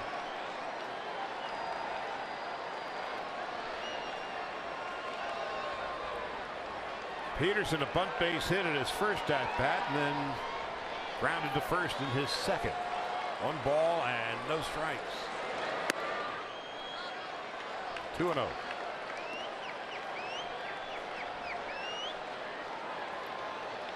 Seager's got 7 home runs. Thompson has 7. Peterson has 8. The 3 young guys. There's a strike. 2-1. That's certainly a positive sign for the Dodgers. The 3 kids have been belting them out of the lot. 3 balls and a strike.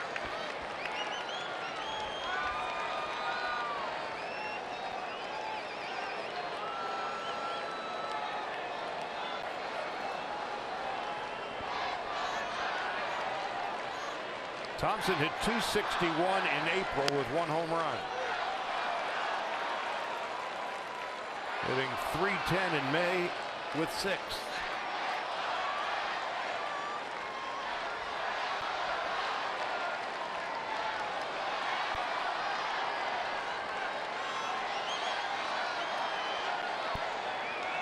3-2 to Peterson. Into left. Upton is there, and for a moment, like he misjudged it.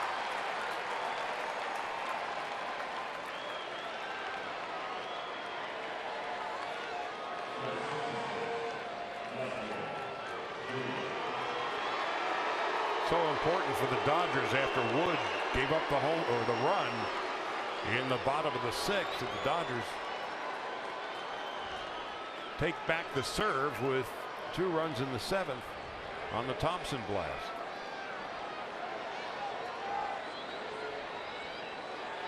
Puig 0 for 2.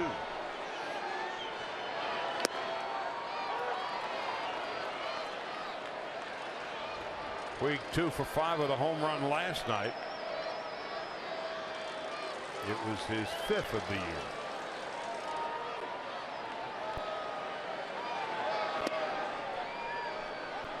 One ball, one strike to Yasiel Puig with Yasmani Grandal on deck.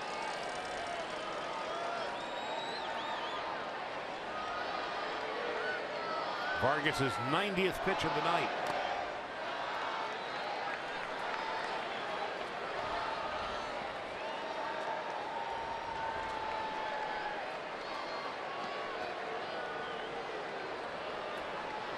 It's Brad Hand.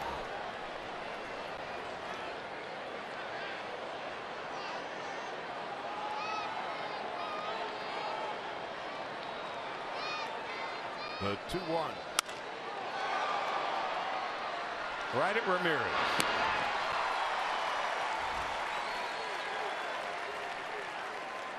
Two gone in the seventh. Come on out to Dodger Stadium Wednesday, May the 25th. This Wednesday night, and receive an Adrian Gonzalez big hit celebration bobblehead presented by Time Warner Cable. For tickets, visit Dodgers.com/promotions.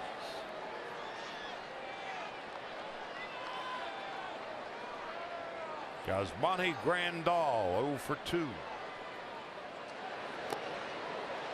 It's 0-1. Dodgers 2 runs and 4 hits. The Padres 1 run and 2.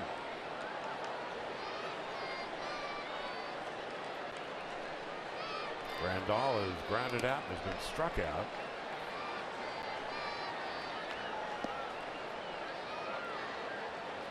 Remember, the Giants won tonight. So at the moment, a little past 9 o'clock, Dodgers 4 back. Grandal fouls it off his foot. And there's not a whole lot you can do about making it feel better. Were you apt to do this, Nomar, or you were lucky you weren't one of these guys? No, I did that too. I would foul balls off. A lot? Because there's some guys that do it a lot to I didn't do it a lot, thank goodness, but I definitely would do it.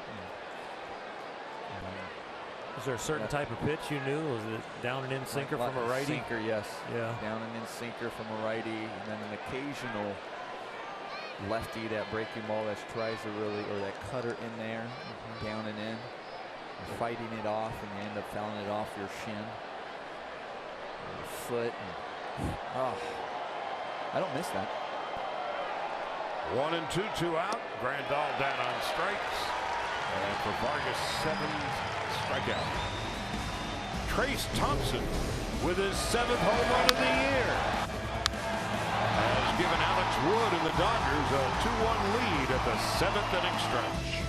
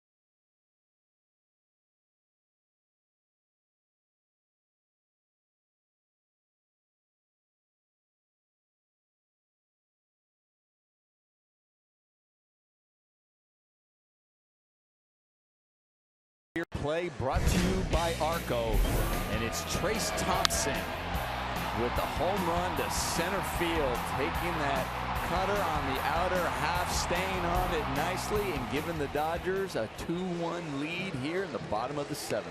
And nobody is happier than Alex Wood, who has struck out a career-high 13, walked only 1. Dodgers have out-hit the Padres 4-2, and of course the Thompson blast in the top of the 7th has been the defining blow to this point. Vargas wishes he could have gotten that one back. Lewis Coleman now beginning to go to work in the Dodger pen.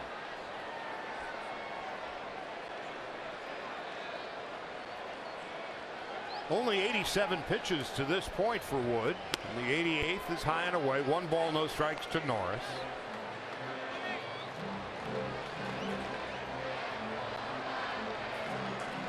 Wood has struck out every Padre hitter with the exception of Will Myers, who has both Padre hits.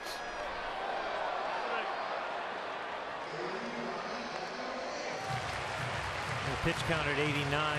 Alex Wood in 8 starts prior to this has gone over 103 times with a season high 105 in his 2nd outing of the year. A cool night in San Diego.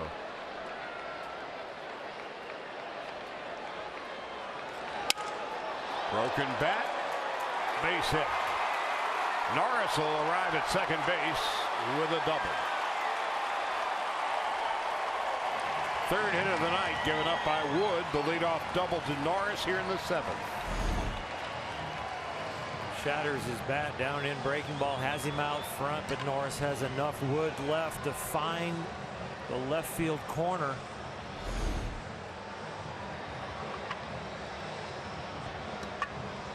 Lewis Coleman up in the bullpen. That's probably more for Alexi Ramirez with Wallace up the lefty, but this situation works out very nicely for the Padres because the leadoff double you might be able to sacrifice with a left-on-left situation here. The Padres get somebody to third with less than 2 outs. Ramirez on deck. Rosales after that.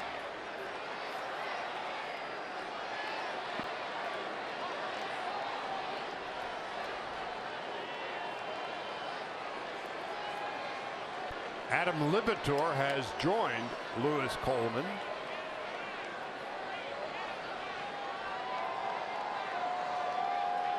Wallace takes a strike, and it's 0-1. Wallace is lined to second and taking a call 3rd strike.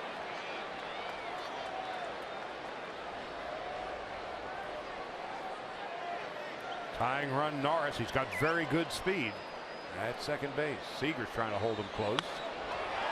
Looped into left field. Thompson can't make the play. Holding at 3rd base is Norris. The Padres are in business. 1st and 3rd and nobody out.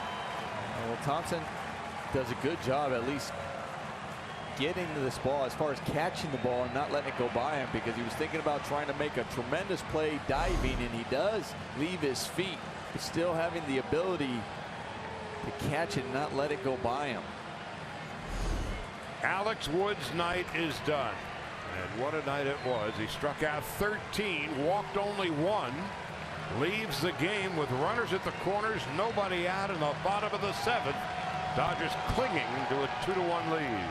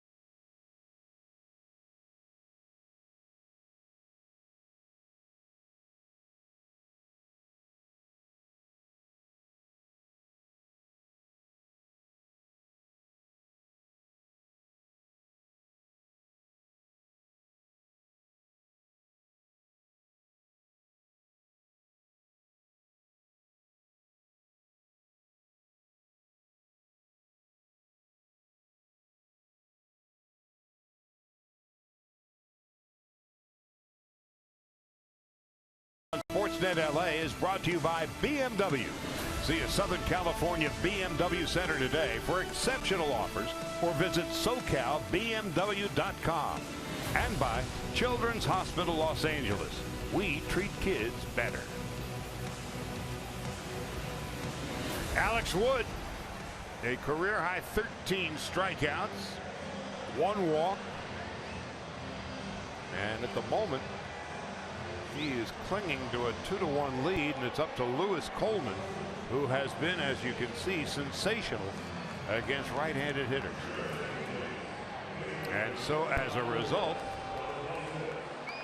Andy Green is going to bring up the switch hitting on Hervis Solarte, just off the disabled list today. Sideline with the hamstring. The Dodgers with a 2-1 lead. Solarte takes outside, 1 ball, no strikes.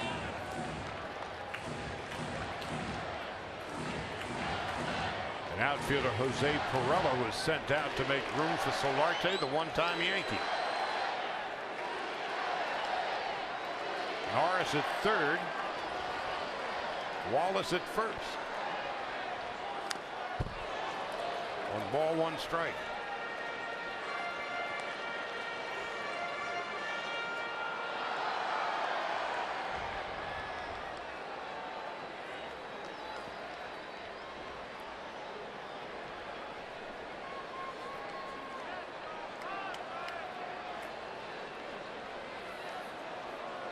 One ball, 1 strike to Yangervis Solarte.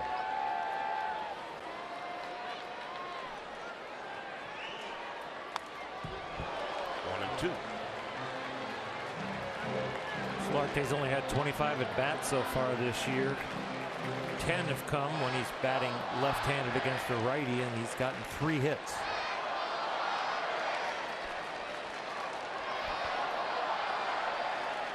Sidelined by the hamstring, 6 games into the season. Now he's back on 1-2. Pops it up. Left side. Turner, first out. A huge out for this situation, trying to get out in the dugout with a 0, because in this situation, the middle infielders are double play depth, so anything on the ground, they'll probably take 2 and give up the run. The pop-up is a huge out.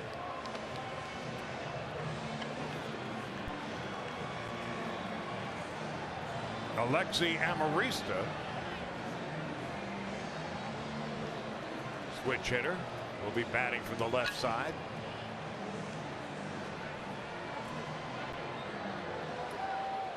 Amarista's also had injury woes this year. Has played in 11 games. There's a lot of talk. We'll see what you have Dave Roberts coming out, but I also want to see if he wants to talk to the infielders, because Amarista, very difficult to double up because of his speed and hitting from the left side.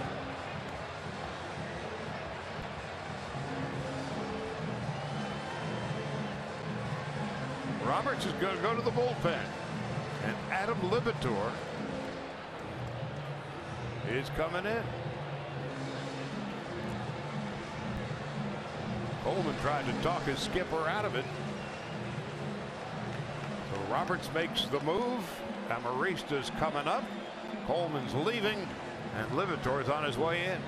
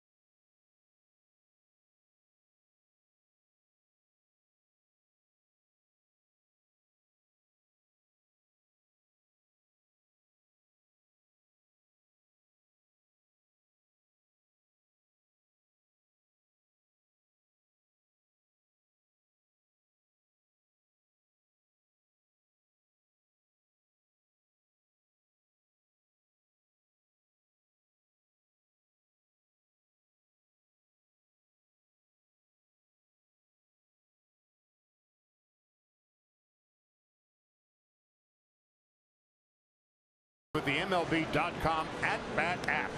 Stay up to the moment at any moment with Game Day. Live game video highlights, StatCast, news, and more. Download MLB.com at-bat, the #1 app for live baseball on your phone and tablet. So Adam Libator is now on in relief. He is the lefty specialist, Coleman the righty specialist, and now little Alexi Amarista, who throughout his tenure, not a high average guy, but one of those tough little outs. Dodgers will bring the infield in.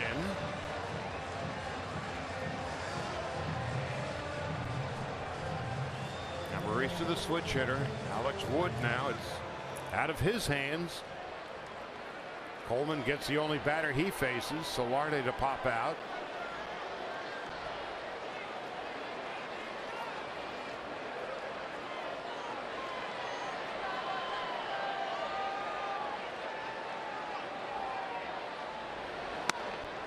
High, 1 ball, no strikes. That's the other thing the Dodgers have to possibly be aware of, or possibly squeeze as well, with Amarista being able to handle the bat.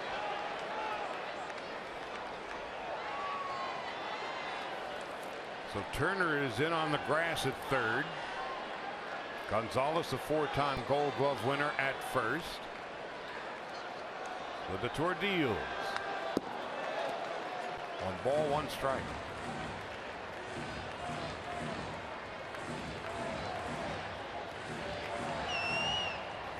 Third sellout of the season for the Padres. Watching this drama tonight, 40,221. Evenly divided, it seems, between Dodger and Padre fans. It's usually the case that way here. 1-1 to Amarista. Well, the safety squeeze was on. Now it's 1-2.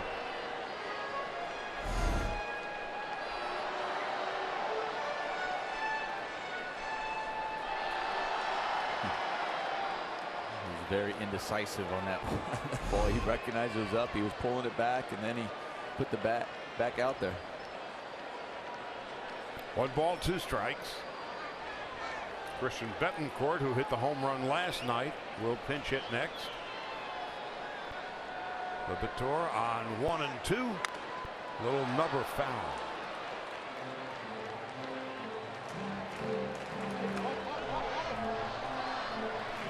He's out in front of a slow but too high breaking ball, so you really know as a pitcher the biggest adjustment the hitter will have to make is if I throw a really good breaking ball, I should get him out unless he makes an adjustment back. Amarista, activated on Wednesday, missed nearly a month with a hamstring. Now 1-2. Libator set at the belt. Here's the pitch.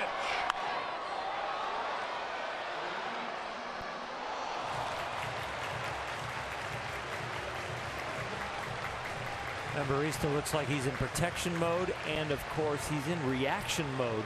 The ball coming out of Adams' hand, he's almost immediately swinging. If he can make a breaking ball look like a ball, or look like a strike, end up a ball, I think he gets him. Amarista came up with the Angels in 2011. Now Libator on 1-2.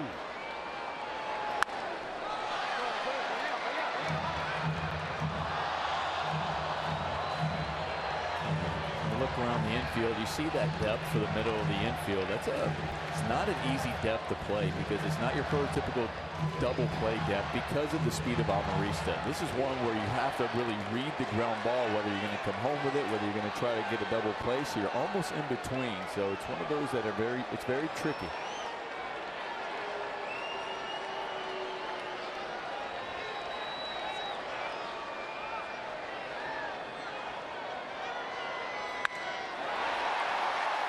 Into left center, Thompson going back. That'll be plenty deep enough for Derek Norris to tag and score and tie the game at 2.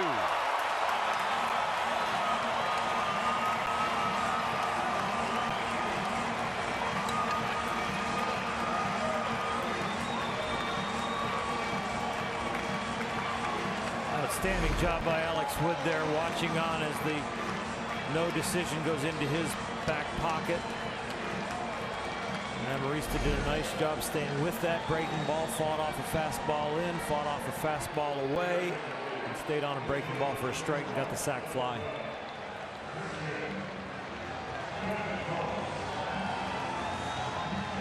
Now Christian Bethancourt.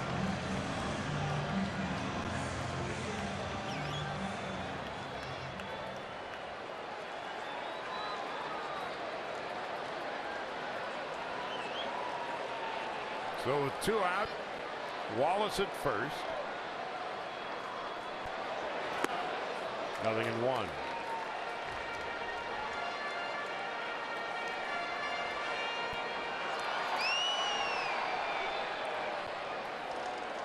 Bethancourt with the pinch hit home run last night.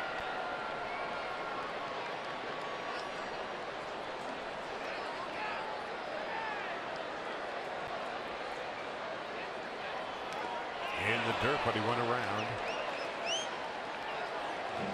No balls, 2 strikes. It happened last night. Off Scott Kazmir. The first pitch fastball of the night. The Dodgers attacking him with 2 off-speed pitches back-to-back, and his aggressiveness has led this to an 0-2 count. With 2 out, a run in. Tied at 2 in the bottom of the 7th.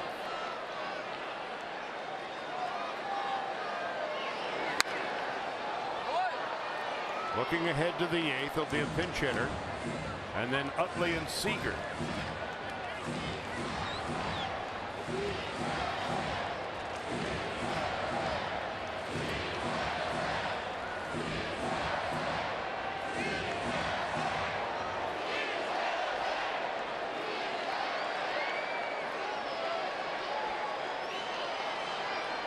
To Bethancourt.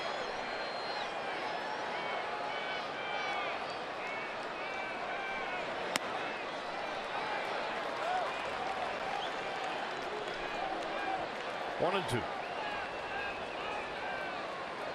John Jay is on deck.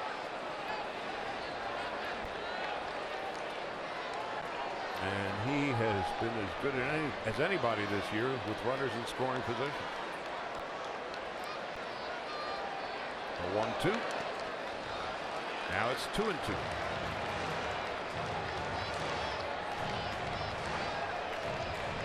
It's an action pitch. 2-2, 2 out. You don't want to go to 3-2 because then you bring the double into play as far as possibly scoring a run from first when you're starting the runner in a 3-2 count. So on the defensive side, you want the ball to be put in play or swung and missed at on the 2-2 pitch.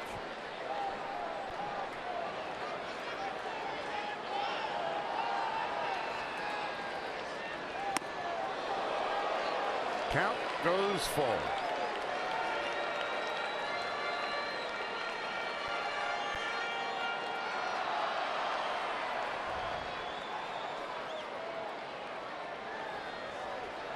Joe Blanton warming up in the Dodger bullpen. He appears to be warm and ready if needed.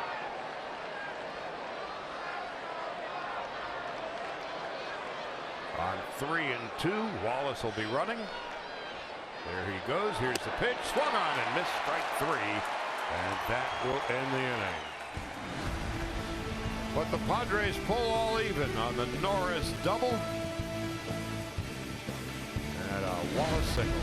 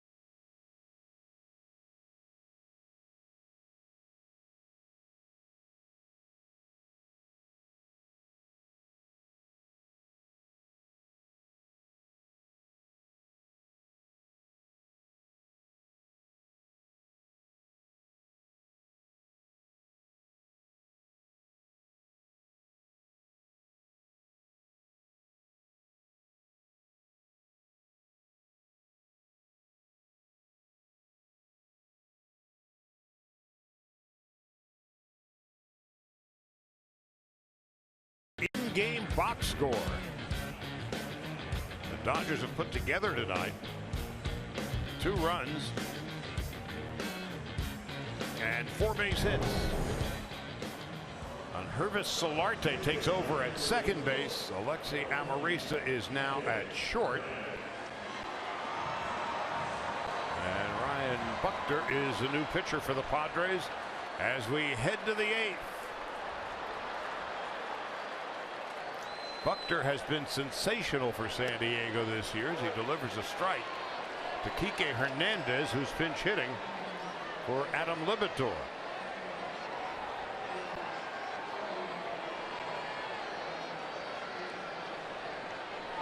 Utley and Seager to follow, and it's 1-1.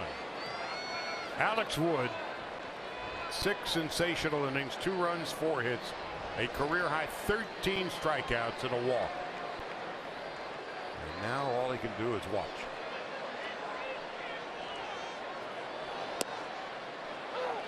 One and 2 to Kike Hernandez.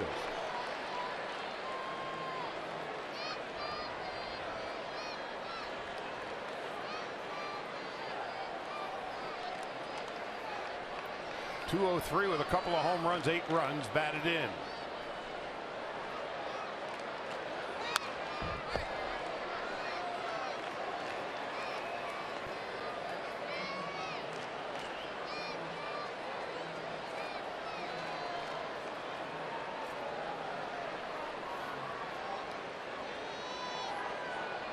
Dodgers this year in 1-run games are 4 and 6. San Diego 6 and 10. And it's a 2-2 tie in the 8th. And Hernandez down on strikes. First out of the 8th.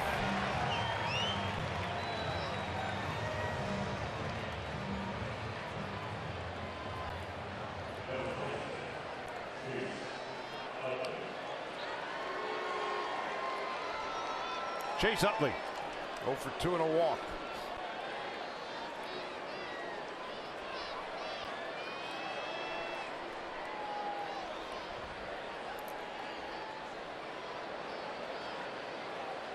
Bounced to first twice and walked.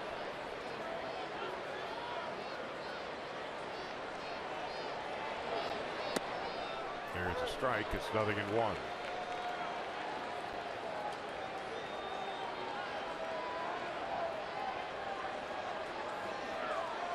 Really where you got to dig deep as the Dodgers. You get a great outing from your starting pitcher. You have a tough loss last night. Kenley Jansen breaking his 25 save streak.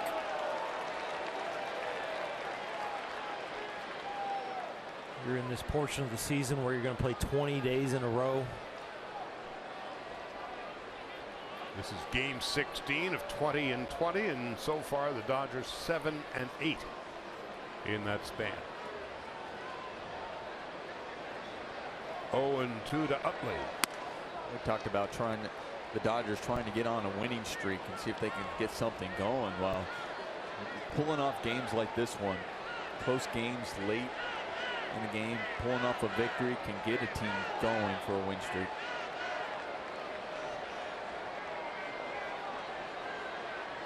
Padres 11 and 10 in their last 21. And Utley is down on strikes, 2 out.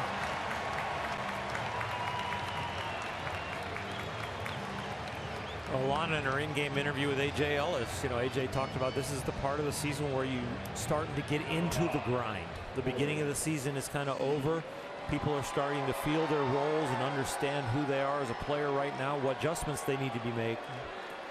And now you're starting to grind it out and try and find those long hot streaks and shorten the cold streaks. Corey Seager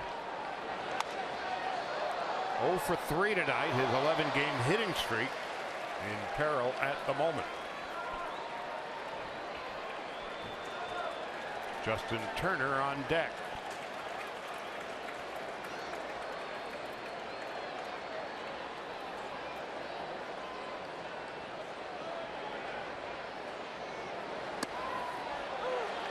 Nothing in 2.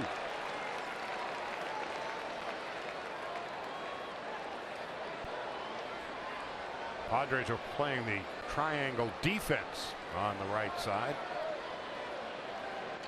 Solarte in short right. Call strike 3, and Buckner comes in and strikes out the side. Go to the bottom of the 8th. It'll be the top of the order for the Padres. Jay, Myers, and Kemp coming up.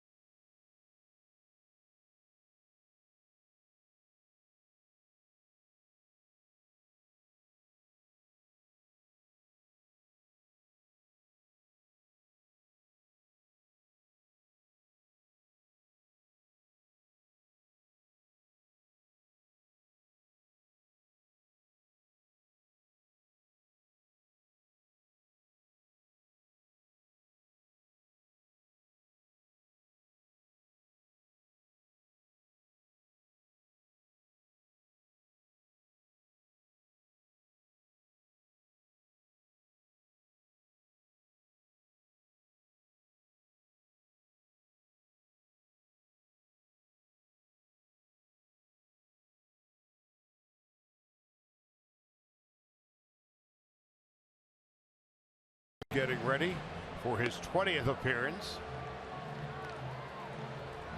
Opponents are hitting just 167 against him. He's given up a couple of home runs, and he'll be facing the top third of the Padre order in the bottom half of the 8th. He and Lewis Coleman have been nice additions down there in the Dodger bullpen. Lewis, the invitee that made the team, and Joe Blanton, guy that was signed to be the long man, but has been exceptional early in the year and has really upgraded his role. John Jay 0 for 2, a walk and a run scored tonight. Each team with 2 runs, each team with 4 hits.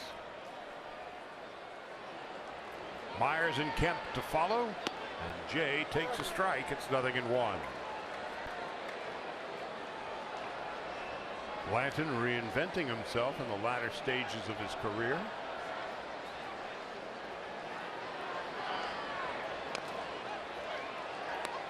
No balls and 2 strikes.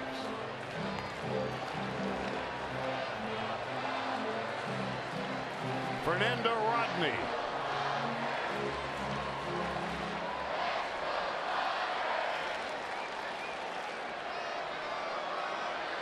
Blanton came up with the A's in 2004. And he strikes out Jay, first out of the 8th. Third time that Jay's been struck out tonight.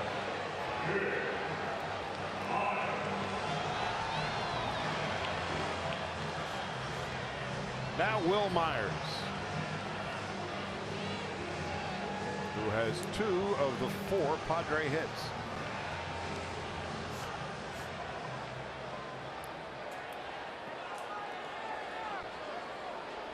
All 3 to center field. Well, 3 at-bats to center. Fly out to center and 2 singles to center. And Blanton delivers, and Myers comes up empty.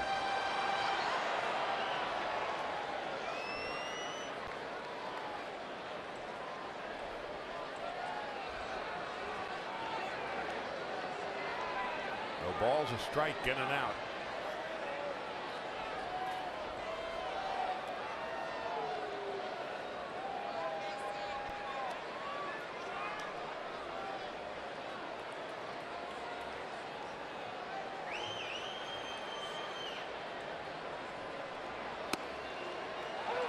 0-2. Joe Blanton at this point in his career really can slow a game down. He's had tremendous success. He's had tremendous disappointment. He's reinvented himself. Well, he understands what it takes now with his stuff to get people out. He's 35. Missing outside, 1 ball, 2 strikes. I'm just looking at him right there. You can just tell the heartbeat is slow, and he's processing everything he needs to do in the pre-pitch routine to make the best pitch, to give him the best opportunity to get somebody out. 11th big league season on 1-2. Myers off the end of the bat, stays alive.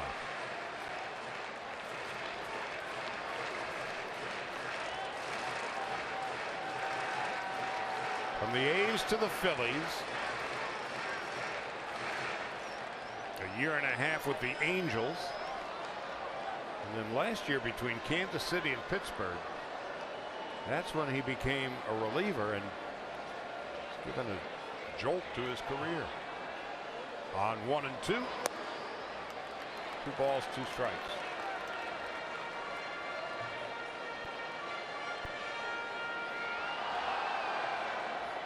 As calm and as easygoing he is pre-pitch, he really accelerates into his landing leg and puts good arm speed on everything out in front for that good late movement. To right field and deep. Puig back at the wall will make the catch. A little chillier tonight. Ball not traveling the way it was yesterday. We've seen some balls to the warning track tonight that seemed like they were hit just as good as balls last night, but it's not traveling quite as far. Myers on this one, not the full swing, a little bit of a protection mode away from that slider away, which takes some of the sting out of the bat. He thinks he gets it pretty good, but not enough.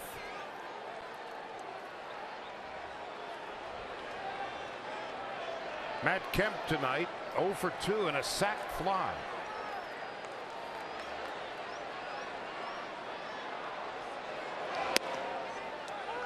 Gave the Padres a lead in the 6th on that sacrifice fly. Good at bat by Matt Kemp on that sacrifice fly with 2 outs, protecting it. The Padres have had 2 good at bats that way. Amarista had the same thing for his sacrifice fly to tie the game up.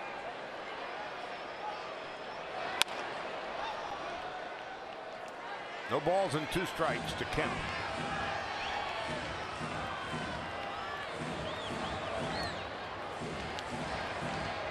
Down 234. Night like tonight, you don't want to give him anything soft that he can pull and get in the air. Make him beat you to the opposite field. You're going to throw the slider, make sure you bounce it and stay hard away. Got him. Kemp struck out for the 3rd time tonight. Justin Turner will lead off for the Dodgers in the 9th. He'll be followed by Gonzalez and Thompson. We're tied at 2.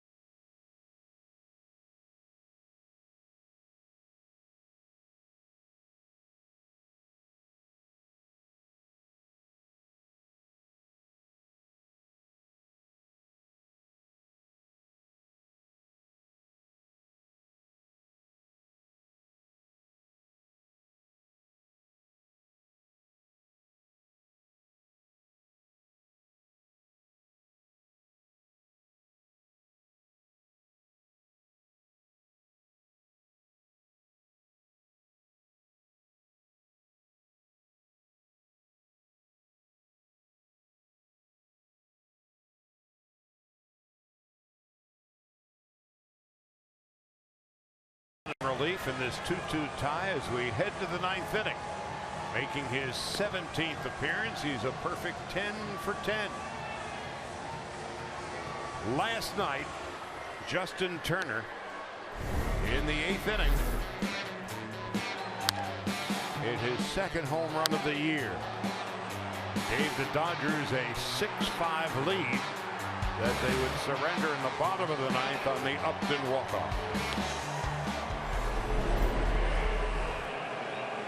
So it's going to be Turner, Gonzalez, and Trace Thompson. Turner could use a nice selfie right here. Last night, backed the pitcher into a fastball count. Was cheating, but didn't do too much. Stayed back and drove it the opposite way.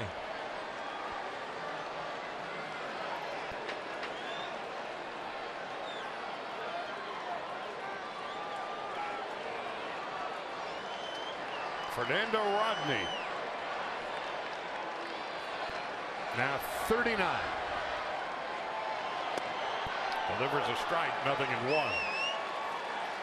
Came up with the Tigers, then to the Angels in 2010 and 11. The Rays 2012 and 13. And since then the Mariners, the Cubs, and now San Diego. 1 ball, 1 strike. They've still got the goods. How many players in the big leagues are older than their manager?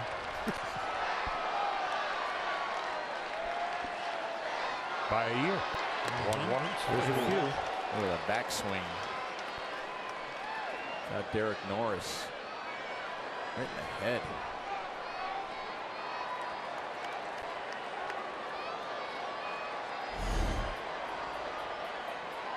Oh. Chris Guccione immediately realizing that. Trying to hold up Norris. 2-2.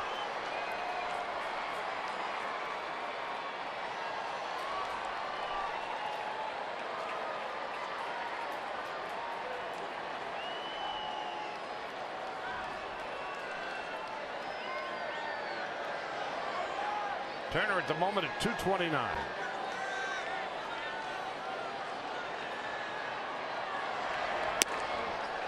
Works the count full.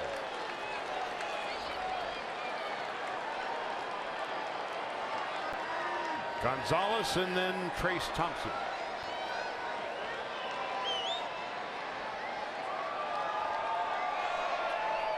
Rodney 17 strikeouts and 7 walks. Now 8, and the Dodgers have a leadoff runner in the 9th. 10 for 10 this year with save for Rodney, but his career ratio is just over 80%.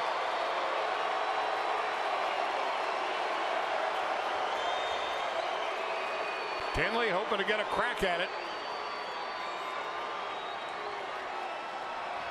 Trying to get back in the saddle after last night's disappointment.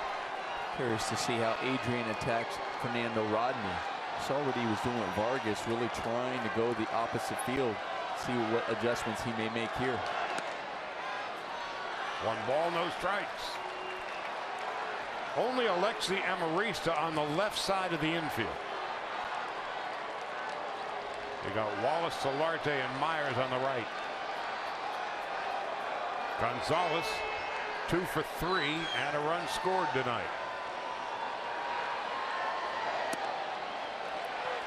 1 ball, 1 strike.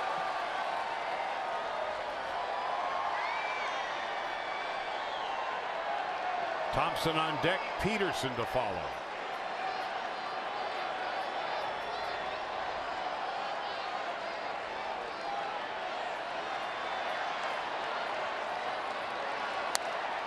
To the right side, they'll throw to second, out at second, they throw back to first, and a double play. Solarte, Wallace, and Myers. That was a really nice turn by the San Diego Padres. One, the positioning of Wallace. You also have a third baseman now who now has to act like a shortstop to turn it. Look how he has to go to his right, then catch this ball, and then end up turning it. Got Amarista, or Solarte, sorry about that, making that feed. Also recognizing that it's Adrian Gonzalez who hit that ball, and they have time to turn it. Solarte fresh off the disabled list. Now 2 out and nobody on. And Trace Thompson, who hit a 2-run home run in the 7th. That gave the Dodgers a lead that didn't last long as the Padres scored a run in the bottom of the 7th. A double for Norris, a single for Wallace, and a sacrifice fly by Amarista. Knotted at 2. In the bottom of the 9th, Upton, Norris, and Wallace. 1-1. Thompson 1 for 3. Now 7 home runs and 19 runs batted in.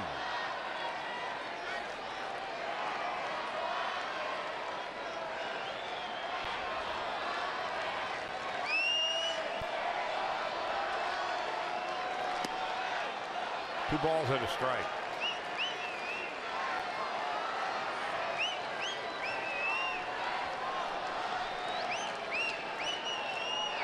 I know you're not looking at a pitcher's hat, but is this disconcerting to a hitter when a pitcher has his hat on an angle? No.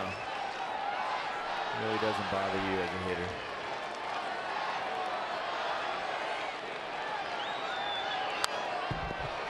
It's not like you're looking at it and go, he's not even looking at me. He's looking at a different way. No, it doesn't bother you. Really focusing on trying to pick up where he's going to release the ball and his release point.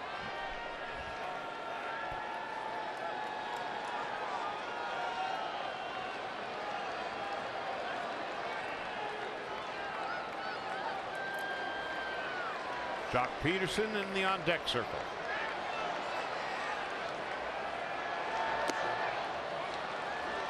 Count is full.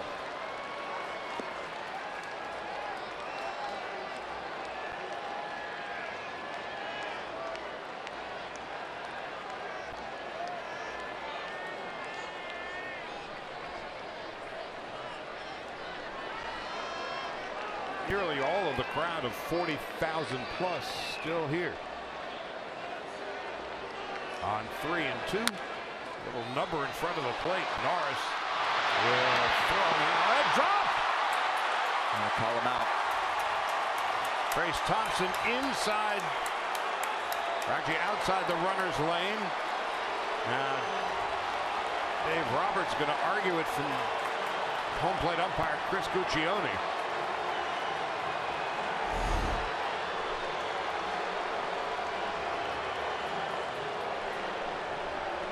Yep. A lot of it was because the entire time he was going down there. It's a little bit different if when he was going down, went into the lane and then came back toward the end, but pretty much the whole time, and it was the right call. We'll go to the bottom of the 9th. Guess who's leading off? Melvin Upton Jr.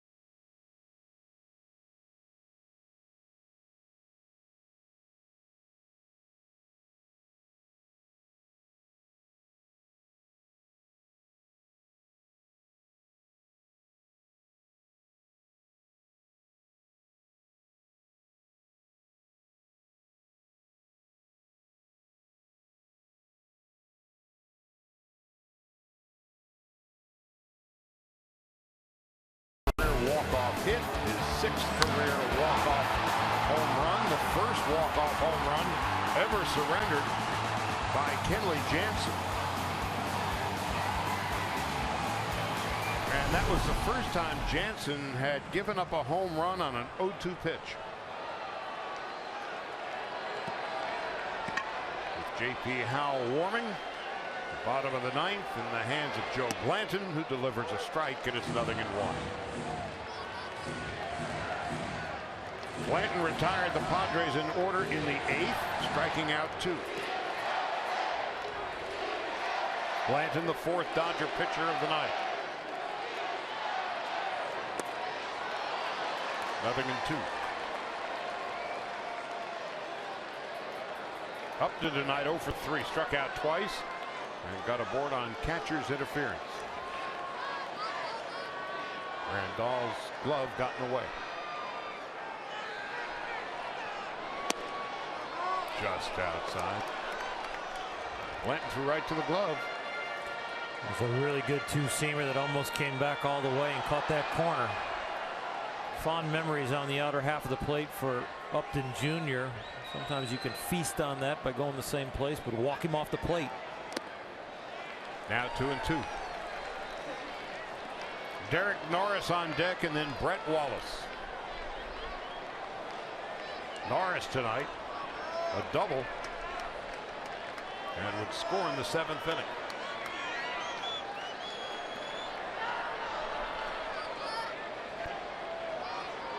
Two and 2 to Melvin Upton Jr. Call, strike 3. Boy, Blanton has walked in tonight. He's faced 4 batters and struck out 3 of them. And Upton is not happy about it. Well located slider that stays right there on the corner, has more drop than width to it.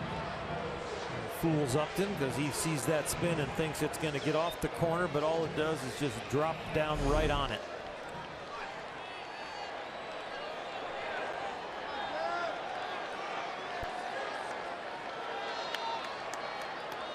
Now Derek Norris, 1 for 3, a run scored. We're tied at 2 in the bottom of the 9th, and Blanton delivers a strike. It's 0-1.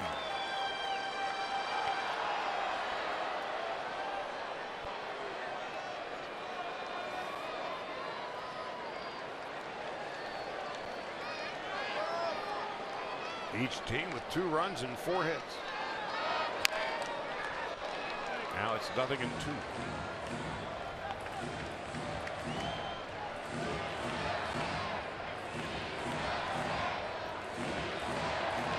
Looking ahead to the Dodger 10th, Peterson, Puig, and Grandal will be coming up.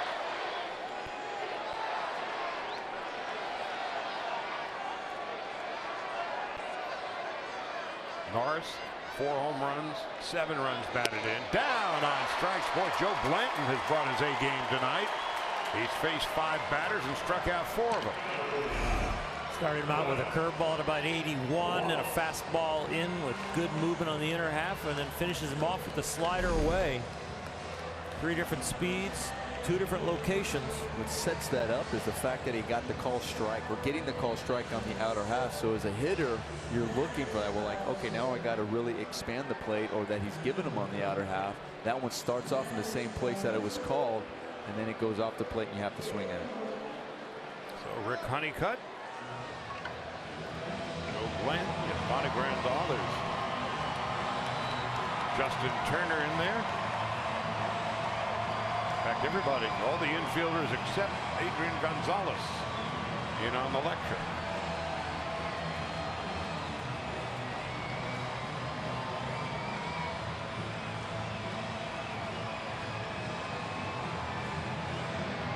Two out, nobody on at the bottom of the 9th. Wallace tonight, 1 for 3.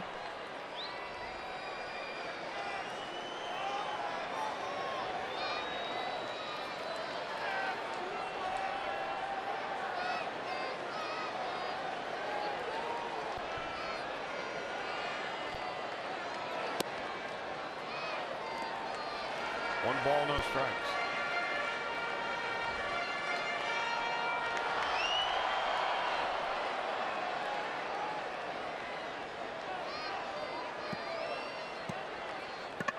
Wallace 29. Takes low. 2 balls and no strikes. Rick Honeycutt went to the mound to talk about really the next 2 hitters. Wallace, who's at the plate, whose game is a little bit more on the power side, and Solarte, who's on deck, more of a fleet-footed, no home runs this year guy. Just making sure the strategy is right. 2-1.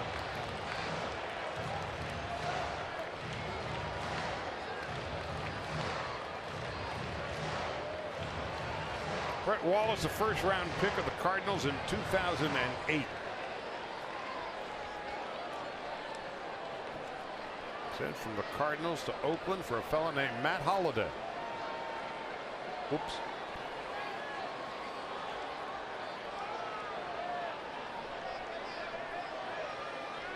Two and one. Inside, 3 balls and a strike. Here's where pitch selection relates back to the Honeycutt visit. Don't give in to the guy that can put the game in the W column for the Padres. Attack the next guy if you have to. 3-1. Outside ball 4.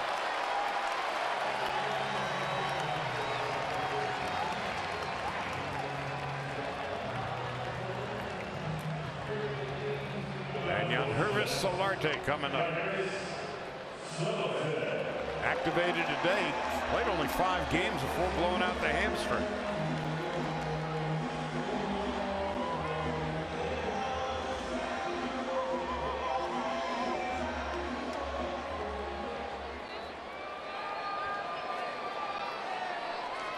Solarte can hit one out.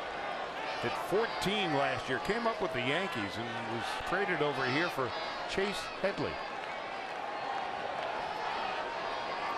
The switch hitter. 1 ball, no strikes.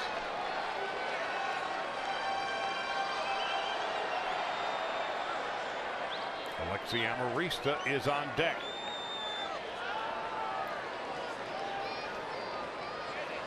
Solarte last year hit 270.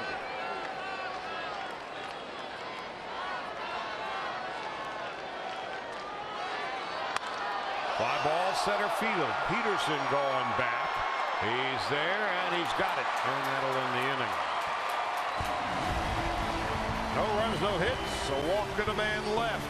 Jock Peterson, who made the catch, will lead off in the 10th.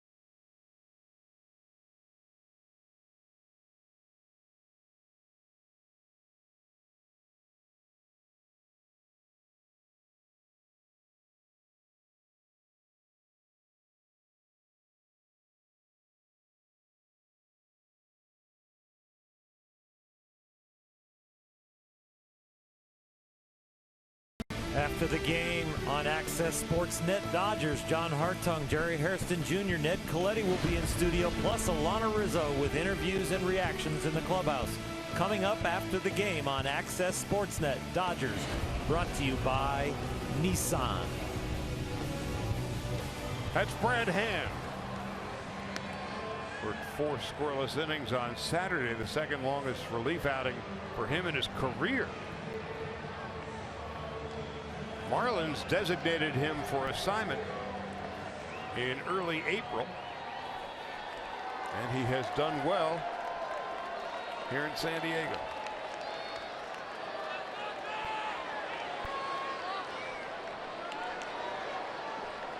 Working overtime tonight. Go to the 10th. And Jock Peterson coming up. Peterson with a bunt base hit in his first at bat, counteracting the shift. He fouls it off. It's 0-1.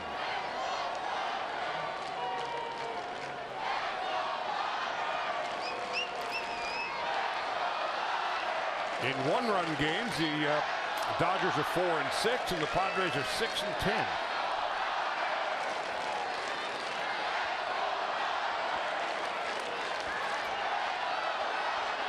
Puig on deck, Grandal to follow. And is the 4th Padre pitcher of the night.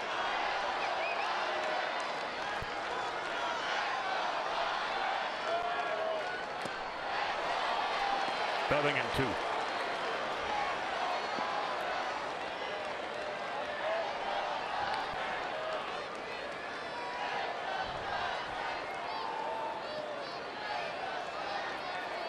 Fernando Rodney pitched an inning, walked a batter, and induced a double play. So here we are in the 10th, each team with 2 runs and 4 hits.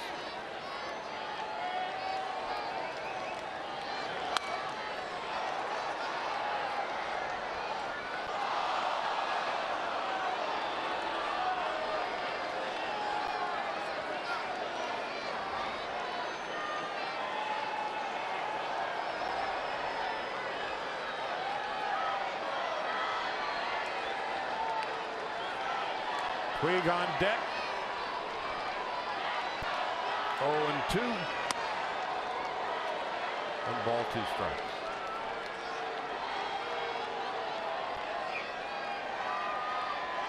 Puig tonight 0 for 3, hit a home run last night.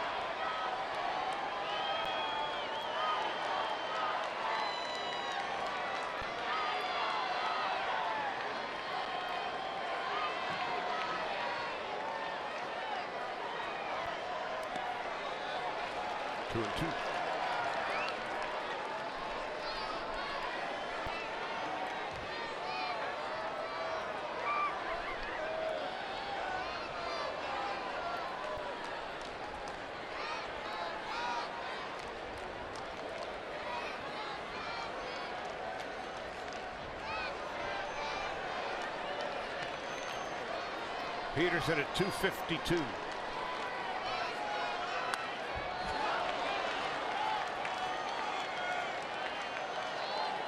Jock's been playing pepper before games, working on contact, bat head control, working on going to the opposite field, and right here, left on left, 2-strike count. I'm sure he's thinking left field.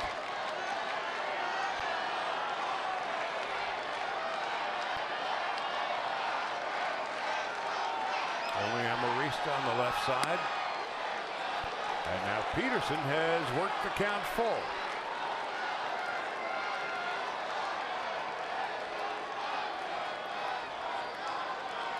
Shows your breaking ball, 3-2, no out, extra innings. You might tip your cap. I think Jock's got to be looking for a fastball strike, put a good swing on it. The 8th pitch of this at bat. Produces a walk. A leadoff walk in the 10th. Really good at bat by Jock Peterson. It looked like he was looking in the zone the entire at bat. Possibly a ball early in the count that he might, if he gets his pitch, possibly hit out of the ballpark. You know, one he got fooled on, but he was thinking one way, if I can get it. And then it went from, let me fight off some tough pitches and work the count for a walk.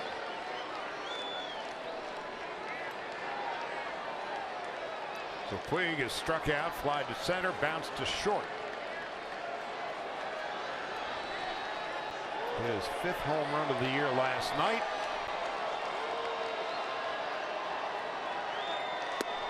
takes a strike, 0-1.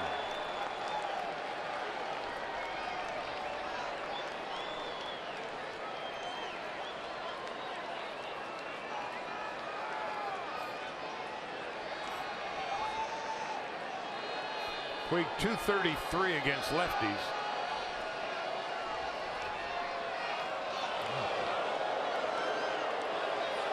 Dodgers nearly got a gift.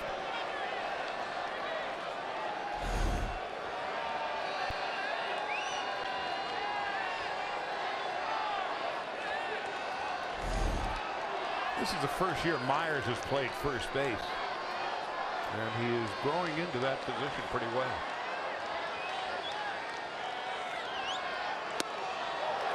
Nothing in 2 to Yasiel Puig.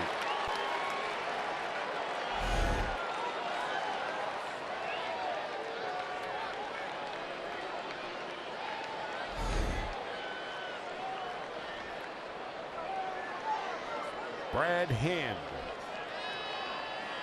the 4th Padre pitcher. Cesar Vargas, 7 innings, 2 runs and 4 hits. The Padre bullpen has held the Dodgers without a hit since. Alex Wood, 6 innings, 2 runs, 4 hits, and the Dodger bullpen has held the Padres without a hit. We're in the 10th.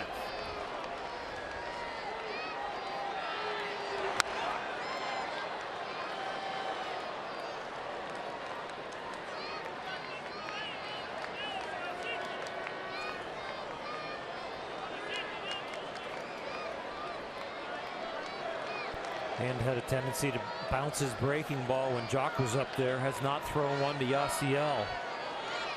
Jock's got to be a little nimble down there at first. Watch the trajectory of the ball out of Hand's delivery. Might be able to pick up a base on a little wild pitch. Puig down on strikes. First out of the 10th. Well, he just challenged him with the fastball. You can't have a lot of confidence on the breaking ball right now, being able to command it. Right. And he was able to get away with it because he wanted that ball in on Yasiel, but we know Yasiel's had some little bit of struggle, showing some signs of hopefully coming out of it, and that ball went over the middle of the plate. It was kind of a mistake. He was unable to catch up to it.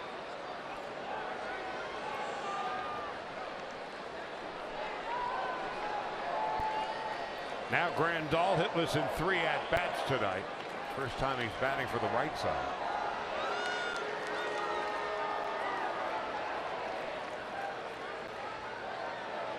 The Dodgers' last hit was a 2-run home run by Trace Thompson in the 7th.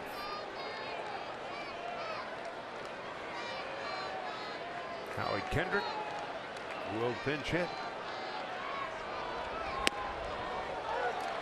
As Grandal takes a strike.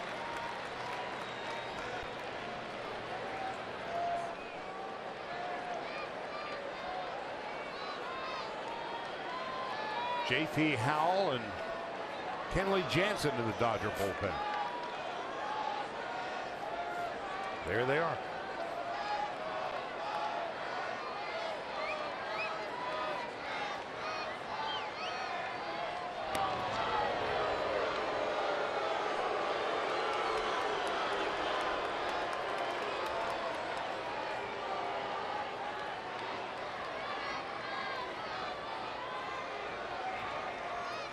Padres with a run in the 6th, the Dodgers 2 in the top of the 7th, San Diego 1 in the bottom of the 7th, and that's that.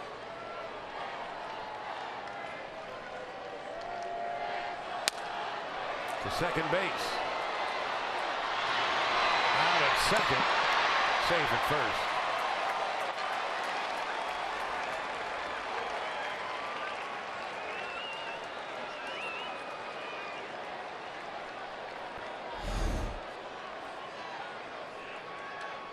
Dodgers thinking about a replay here. Well, they've been able to go the long way for the double plays there. Adrian Gonzalez, they did it once, and now Yasmani Grandal getting those lead runners and actually having a shot at getting 2 with 2 of the slower footed Dodgers. So here's Howie Kendrick. Pinch hitting for Blanton, who went 2 innings and struck out 4.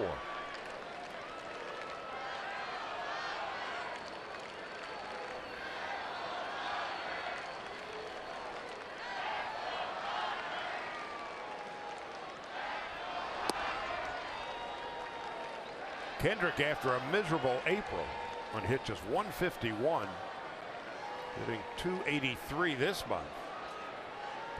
He's a career 290 hitter. He was going to round into shape before long.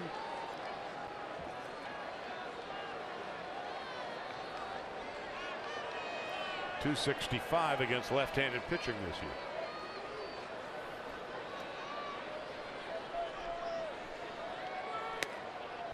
And misses outside.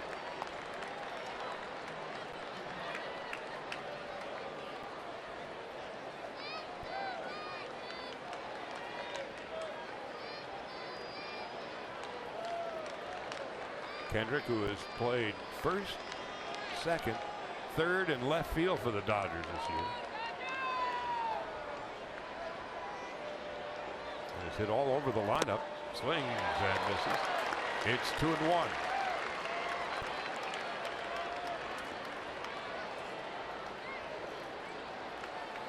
And earlier you saw Howie rolling over balls to third and to short, really not having swings that were in balance. Now even when he swings and misses, he looks like his old self, where he's staying back and looking to drive the ball the opposite way. 2-2.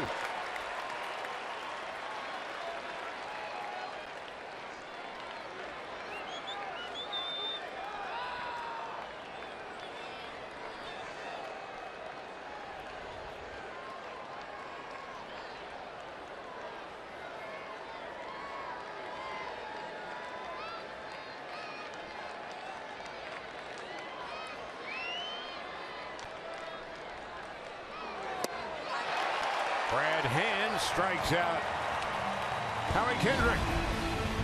No runs, no hits, a walk and a man left. We go to the bottom of the 10th, and J.P. Howell is on his way in.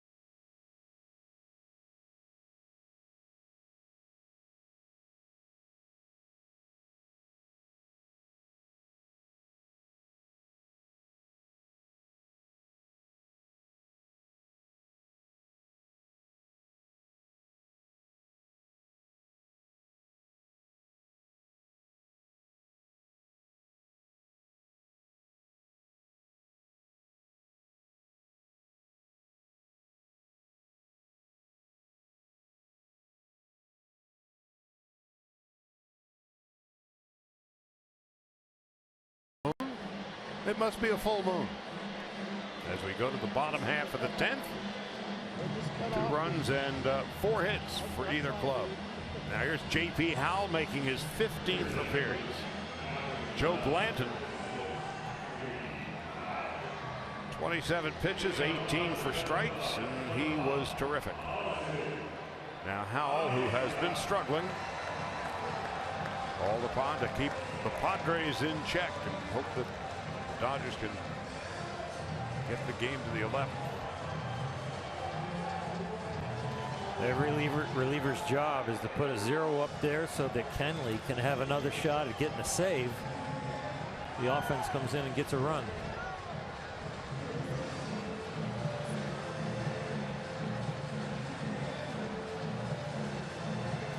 A.J. Ellis coming out to catch. Alano is reporting that the trainers were looking at Grandal, who is going to the clubhouse for reasons we do not know. So that is why the delay here. And A.J. Ellis, we get a couple of warm-up tosses with Justin Turner. So the only bench player left for the Dodgers is Carl Crawford.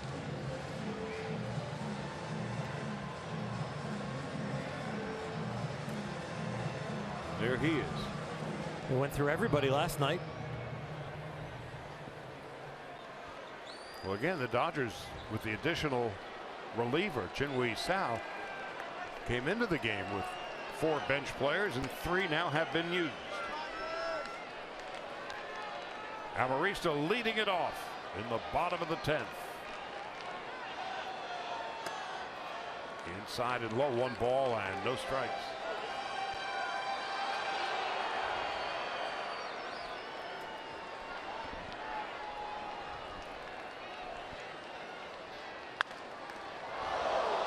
Howell saves himself.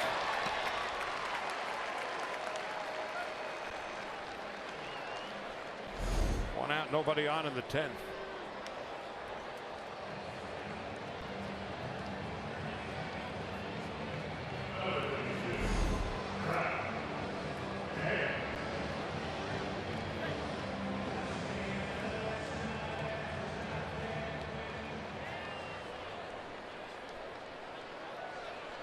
Brad Hand is going to bat for himself. The Padres are down to a backup catcher, Hector Sanchez, and Travis Jankowski. So neither manager has a whole lot to choose from anymore. 1 ball, 1 strike. There's Jankowski.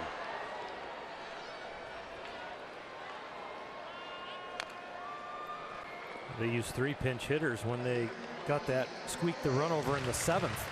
7, 8, 9. Solarte, Amarista, Bethencourt. Jankowski is fast runner and outstanding defender. And stays alive. John Jay is on deck.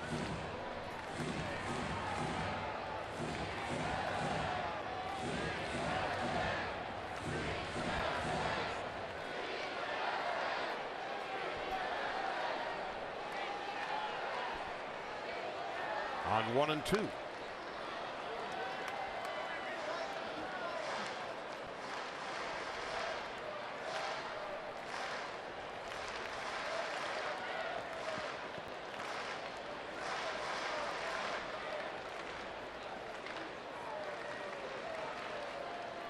It's a chilly 60 degrees here with the wind blowing. Ground ball right side. Hey, Justin Turner. Lost Brad Hand. Last night, Christian Friedrich, who couldn't hit a lick, had a base hit. And Hand almost has one here. Maybe they knew something with Brad Hand, so they're like, oh, give him a shot. It took a great play by Justin Turner to get him out. Well, they've used Buckner and Hand, Rodney, used Marr and Quackenbush last night, as well as Villanueva.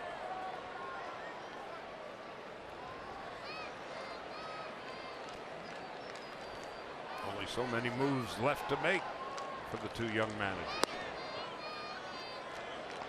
1 ball, 1 strike to John Jay.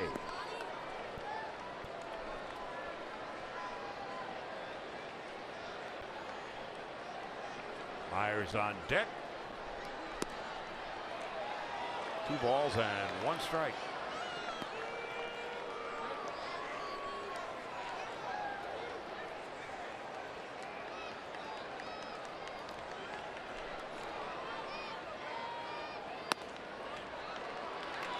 Now 3-1.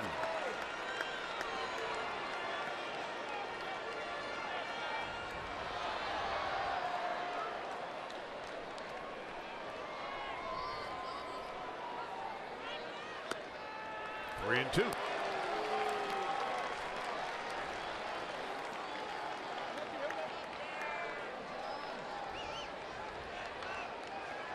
Al has struck out 7, walked 4. Opponents hitting .310 against him, and Jay rolls a foul.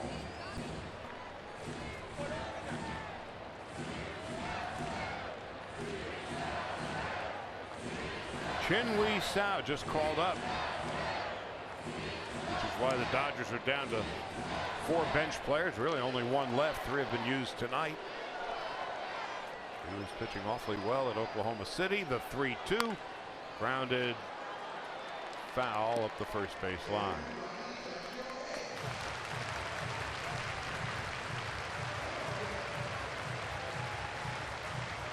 Jay is giving his double bubble a workout.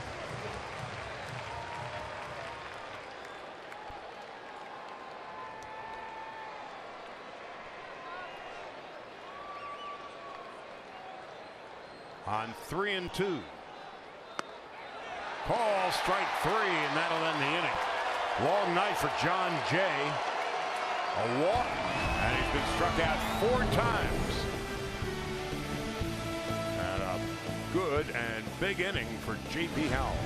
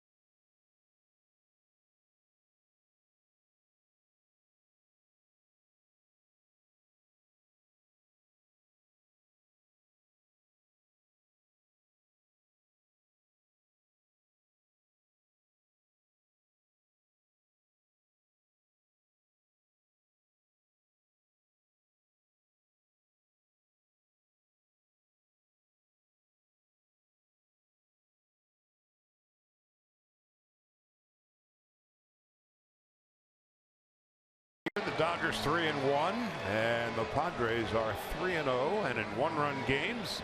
Dodgers 4-6, San Diego 6-10. We're tied at 2, and here is Utley beginning the 11th inning. Chase 0 for 3 and a walk.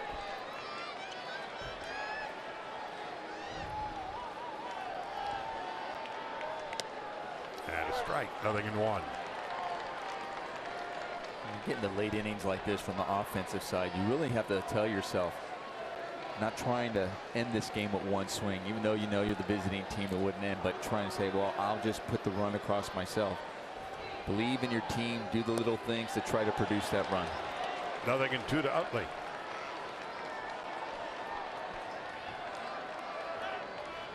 Remember that old movie, They Shoot Horses, Don't They? About the marathon dances during the Depression era.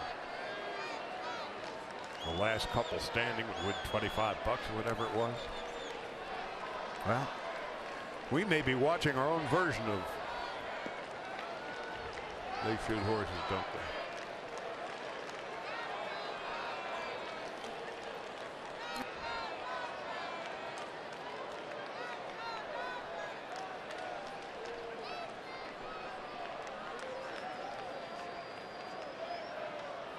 Utley gets time from home plate umpire Chris Guccione.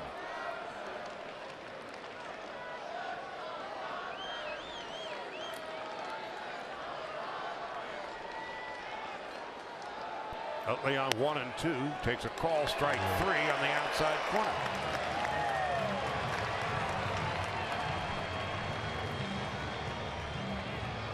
There ain't a whole lot left on the shelf. Crawford, the only bench player for the Dodgers. Travis Jankowski and the backup catcher Hector Sanchez for San Diego. So at this point, there's only so much the managers can do.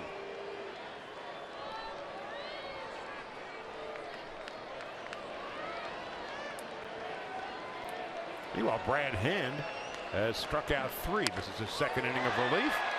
And from short right field, Seager is robbed of a hit. And there's 2 out. Seager trying to continue that hit streak. Going to extra innings, sometimes that can help you out when you're trying to continue. Hit a rocket. What a tremendous play by Solarte to rob him of a base hit and possible extra bases too. That was hit so hard, I don't know if the right fielder would have been able to get to that ball. Just off the disabled list today. Now 2 out and Justin Turner coming up.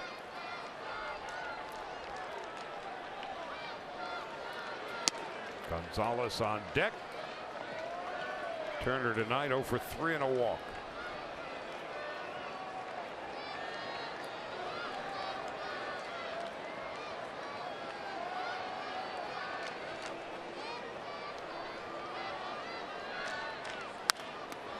After last night's heartbreaking loss, tonight it's like hand-to-hand combat. And for the Dodgers in particular, losing in the fashion that they did and struggling as much as they have over the past week to 10 days, this becomes a bigger game than just another game.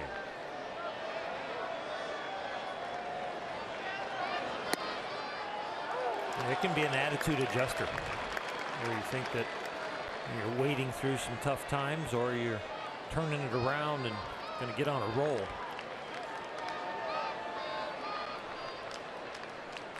One and 2 to Turner with 2 out in the 11th.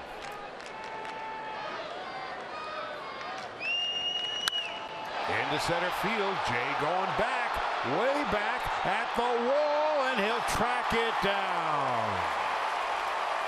Straight away center field, a foot from the wall. And that'll end the 11th. Will Myers, Matt Kemp, and Melvin Upton Jr. will bat in the bottom of the 11th as Turner comes so close, but yet so far.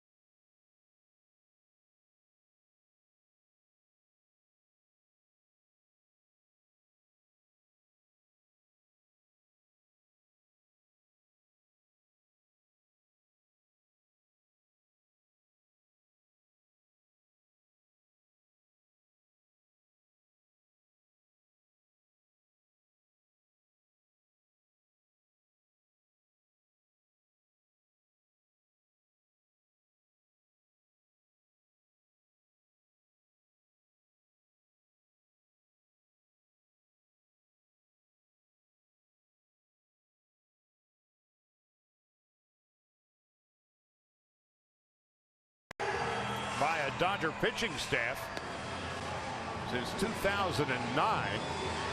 19 at the moment, 13 from the starter Alex Wood.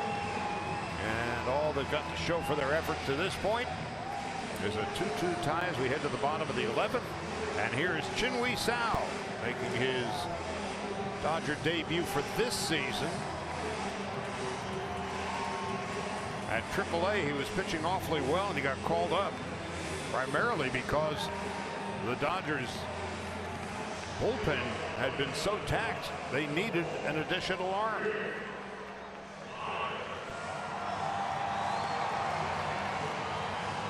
Well, one of the reasons the Dodgers sticking with an 8-man bullpen is they wanted to see how Sal could do up here with multiple opportunities and not just toggling back and forth between here and Okie City. So getting another opportunity for him to show his wares to Rick Honeycutt and Dave Roberts.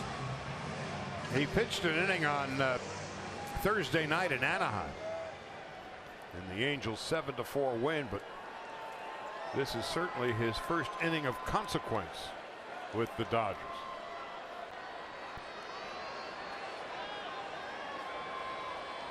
One and one with 6 saves at AAA this year. Will Myers leads it off and takes a strike, 0-1.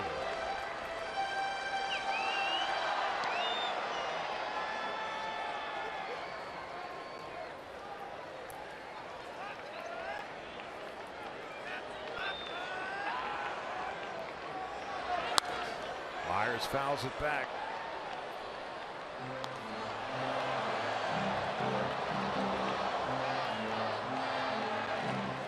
Matt Kemp on deck and Melvin Upton Jr. to follow. Myers 7 home runs. Kemp has 10. Upton hit his 6th. The walk-off last night. Sal is being thrown into the fire. On 0-2 to Myers. 1 ball, 2 strikes. 95.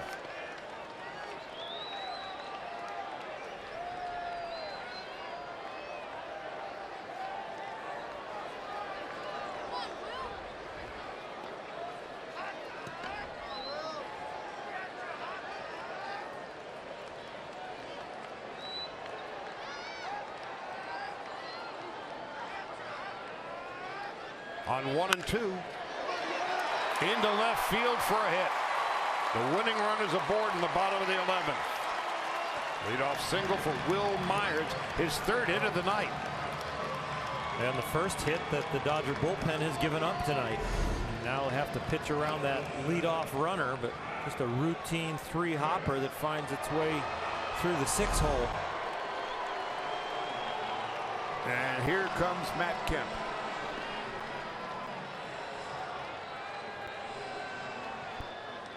Three strikeouts and a sac fly for Kemp tonight.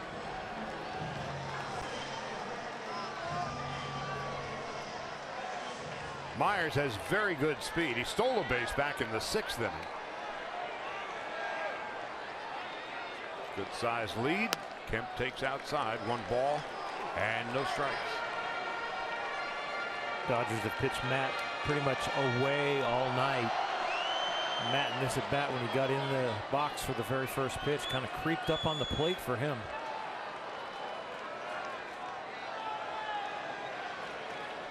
Kemp 10 home runs and 29 runs batted in.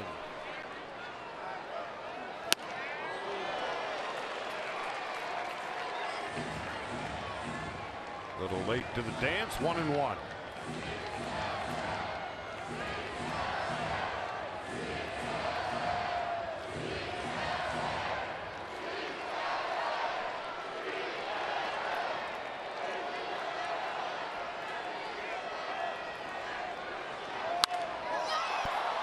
Into right.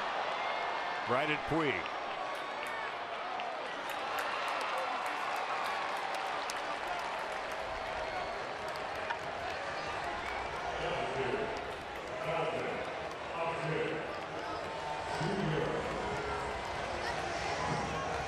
Now here's Melvin Upton Jr. 0 for 4 and got a board on catcher's interference. Struck out the other 3 times tonight. Kenley Jansen hoping to get a shot at a save. A little bit of redemption from last night.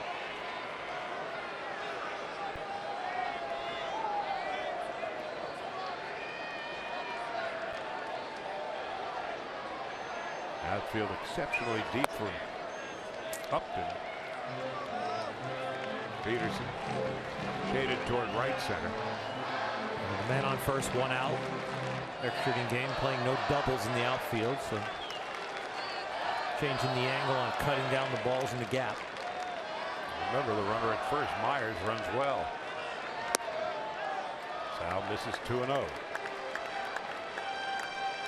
Derek Norris is on deck.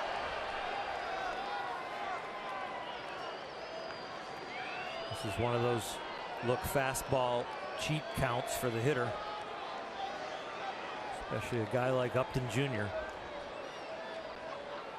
2-0. 3-0.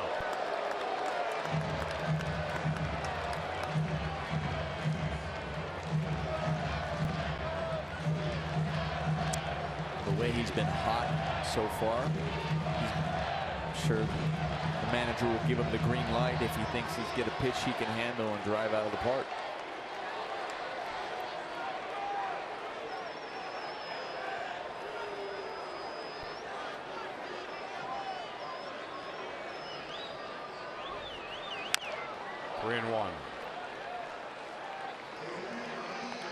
Sal shook off AJ twice, calling fastball away, ended up throwing an off-speed pitch at 88, got him out front. A lot of confidence and understanding the game right out there on the mound of what he wanted to do with a guy that could end the game with 1 swing. Didn't give in at all. Ellis did not start tonight. Grandal did and came out a couple innings back.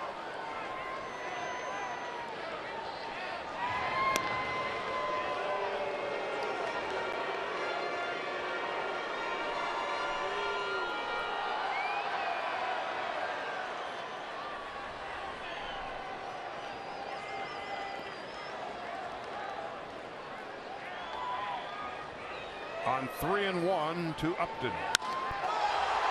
Well, the Padres have done it. Well, it's caught against the wall. Inches from another walk-off by Upton. Boy, Turner narrowly misses a home run in the top half, and Upton narrowly misses one in the bottom half. It looked like Trace may have had to deal with some the fans over there as well. Watch this.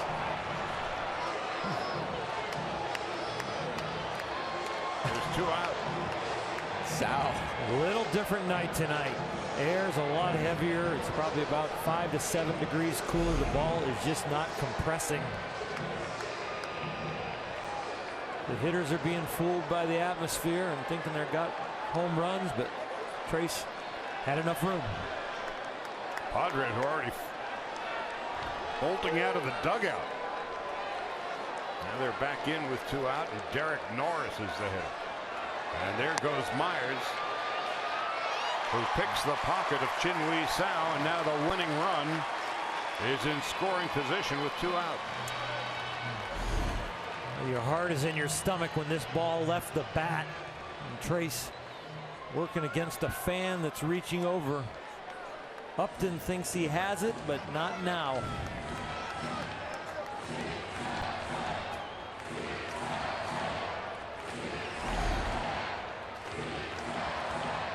Two out. Norris is 1 for 4.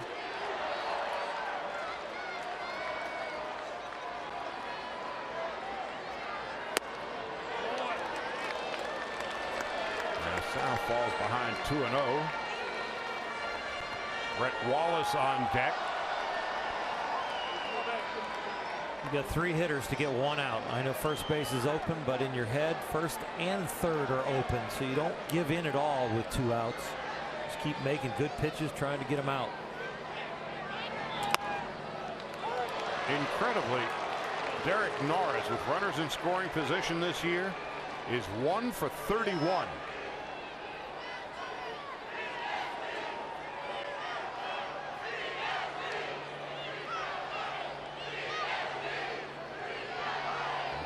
Myers at second base is the winning run. Now falls behind 3-1.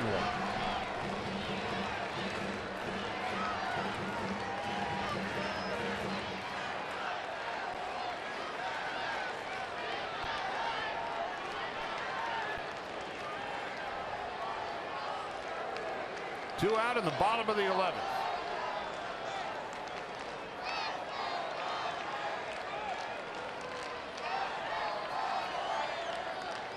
And there is Myers, who has 3 of the Padres' 5 hits.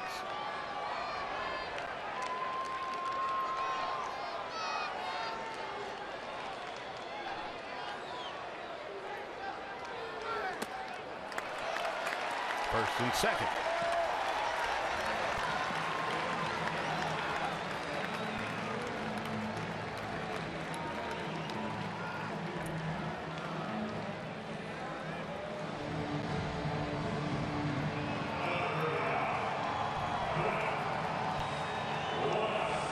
Now it's up to Brett Wallace.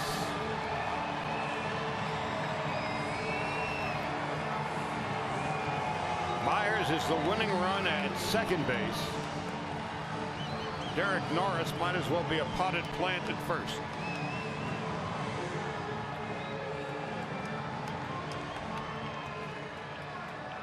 Your infielders have to knock it down. Chase Utley back on the outfield grass with Wallace up. Adrian Gonzalez almost back there. Keep the ball in the infield.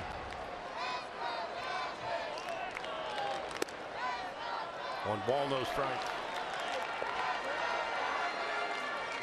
Wallace tonight, 1 for 3 and a walk. I don't know where this pitch is. Right there.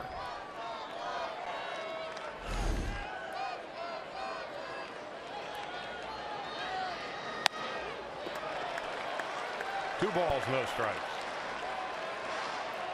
Again, you have 2 hitters to get 1 out. I know there's multiple ways to score from third compared to second, but you cannot give in.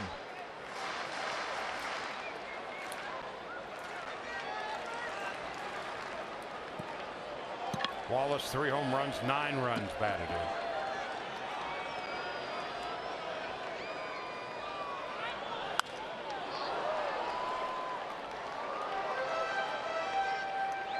Now it's 2-1.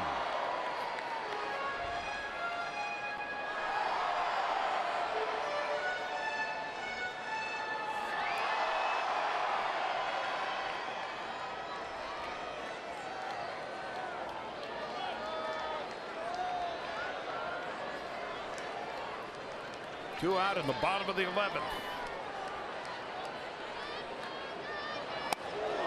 Now 3-1.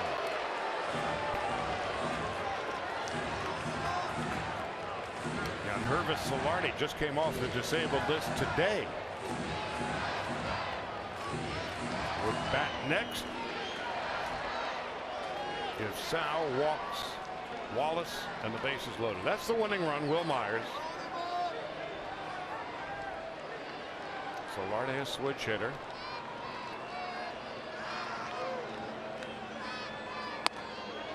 And now the bases are loaded.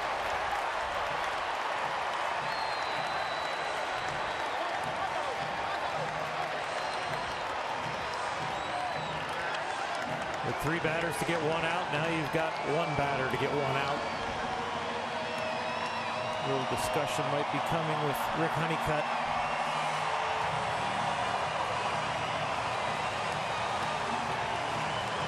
During this inning, Sal's had a tendency to think that a little extra velocity has more value than location, and found himself overthrowing some of those high fastballs. He's going to have to lock back in and locate with the bases loaded and 2 out.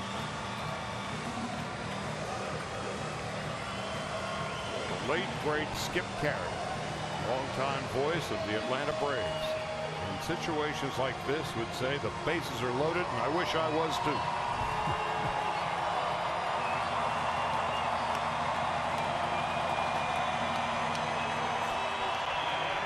Misses Skip. Now here's Solarte.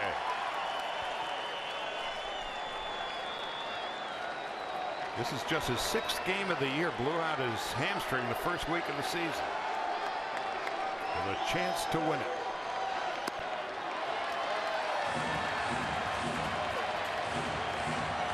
Myers the leadoff single. He stole second. Kemp flied to right. Upton sent Thompson to the wall and left. And back-to-back walks for Norris and Wallace. 2 out in the bottom half of the 11th. Winning run 90 feet away.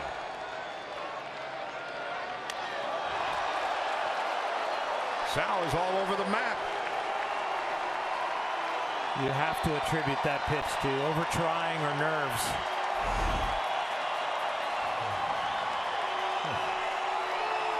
And AJ just barely caught that ball.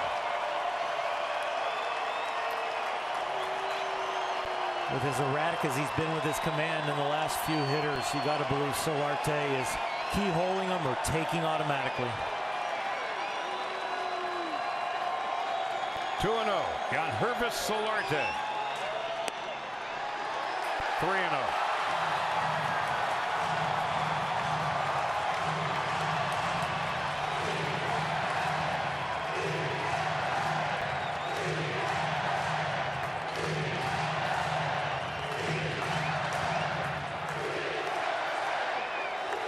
Bases are loaded, 2 out in the 11th inning.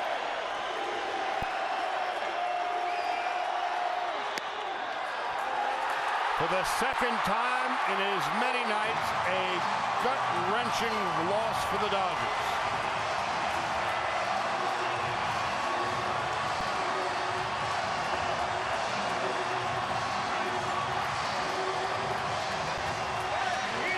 Last night, the walk-off home run. And tonight, a walk-off walk. The first pitch to Brett Wallace, he got squeezed. That was a strike that was called a ball. That pitch, it was outside.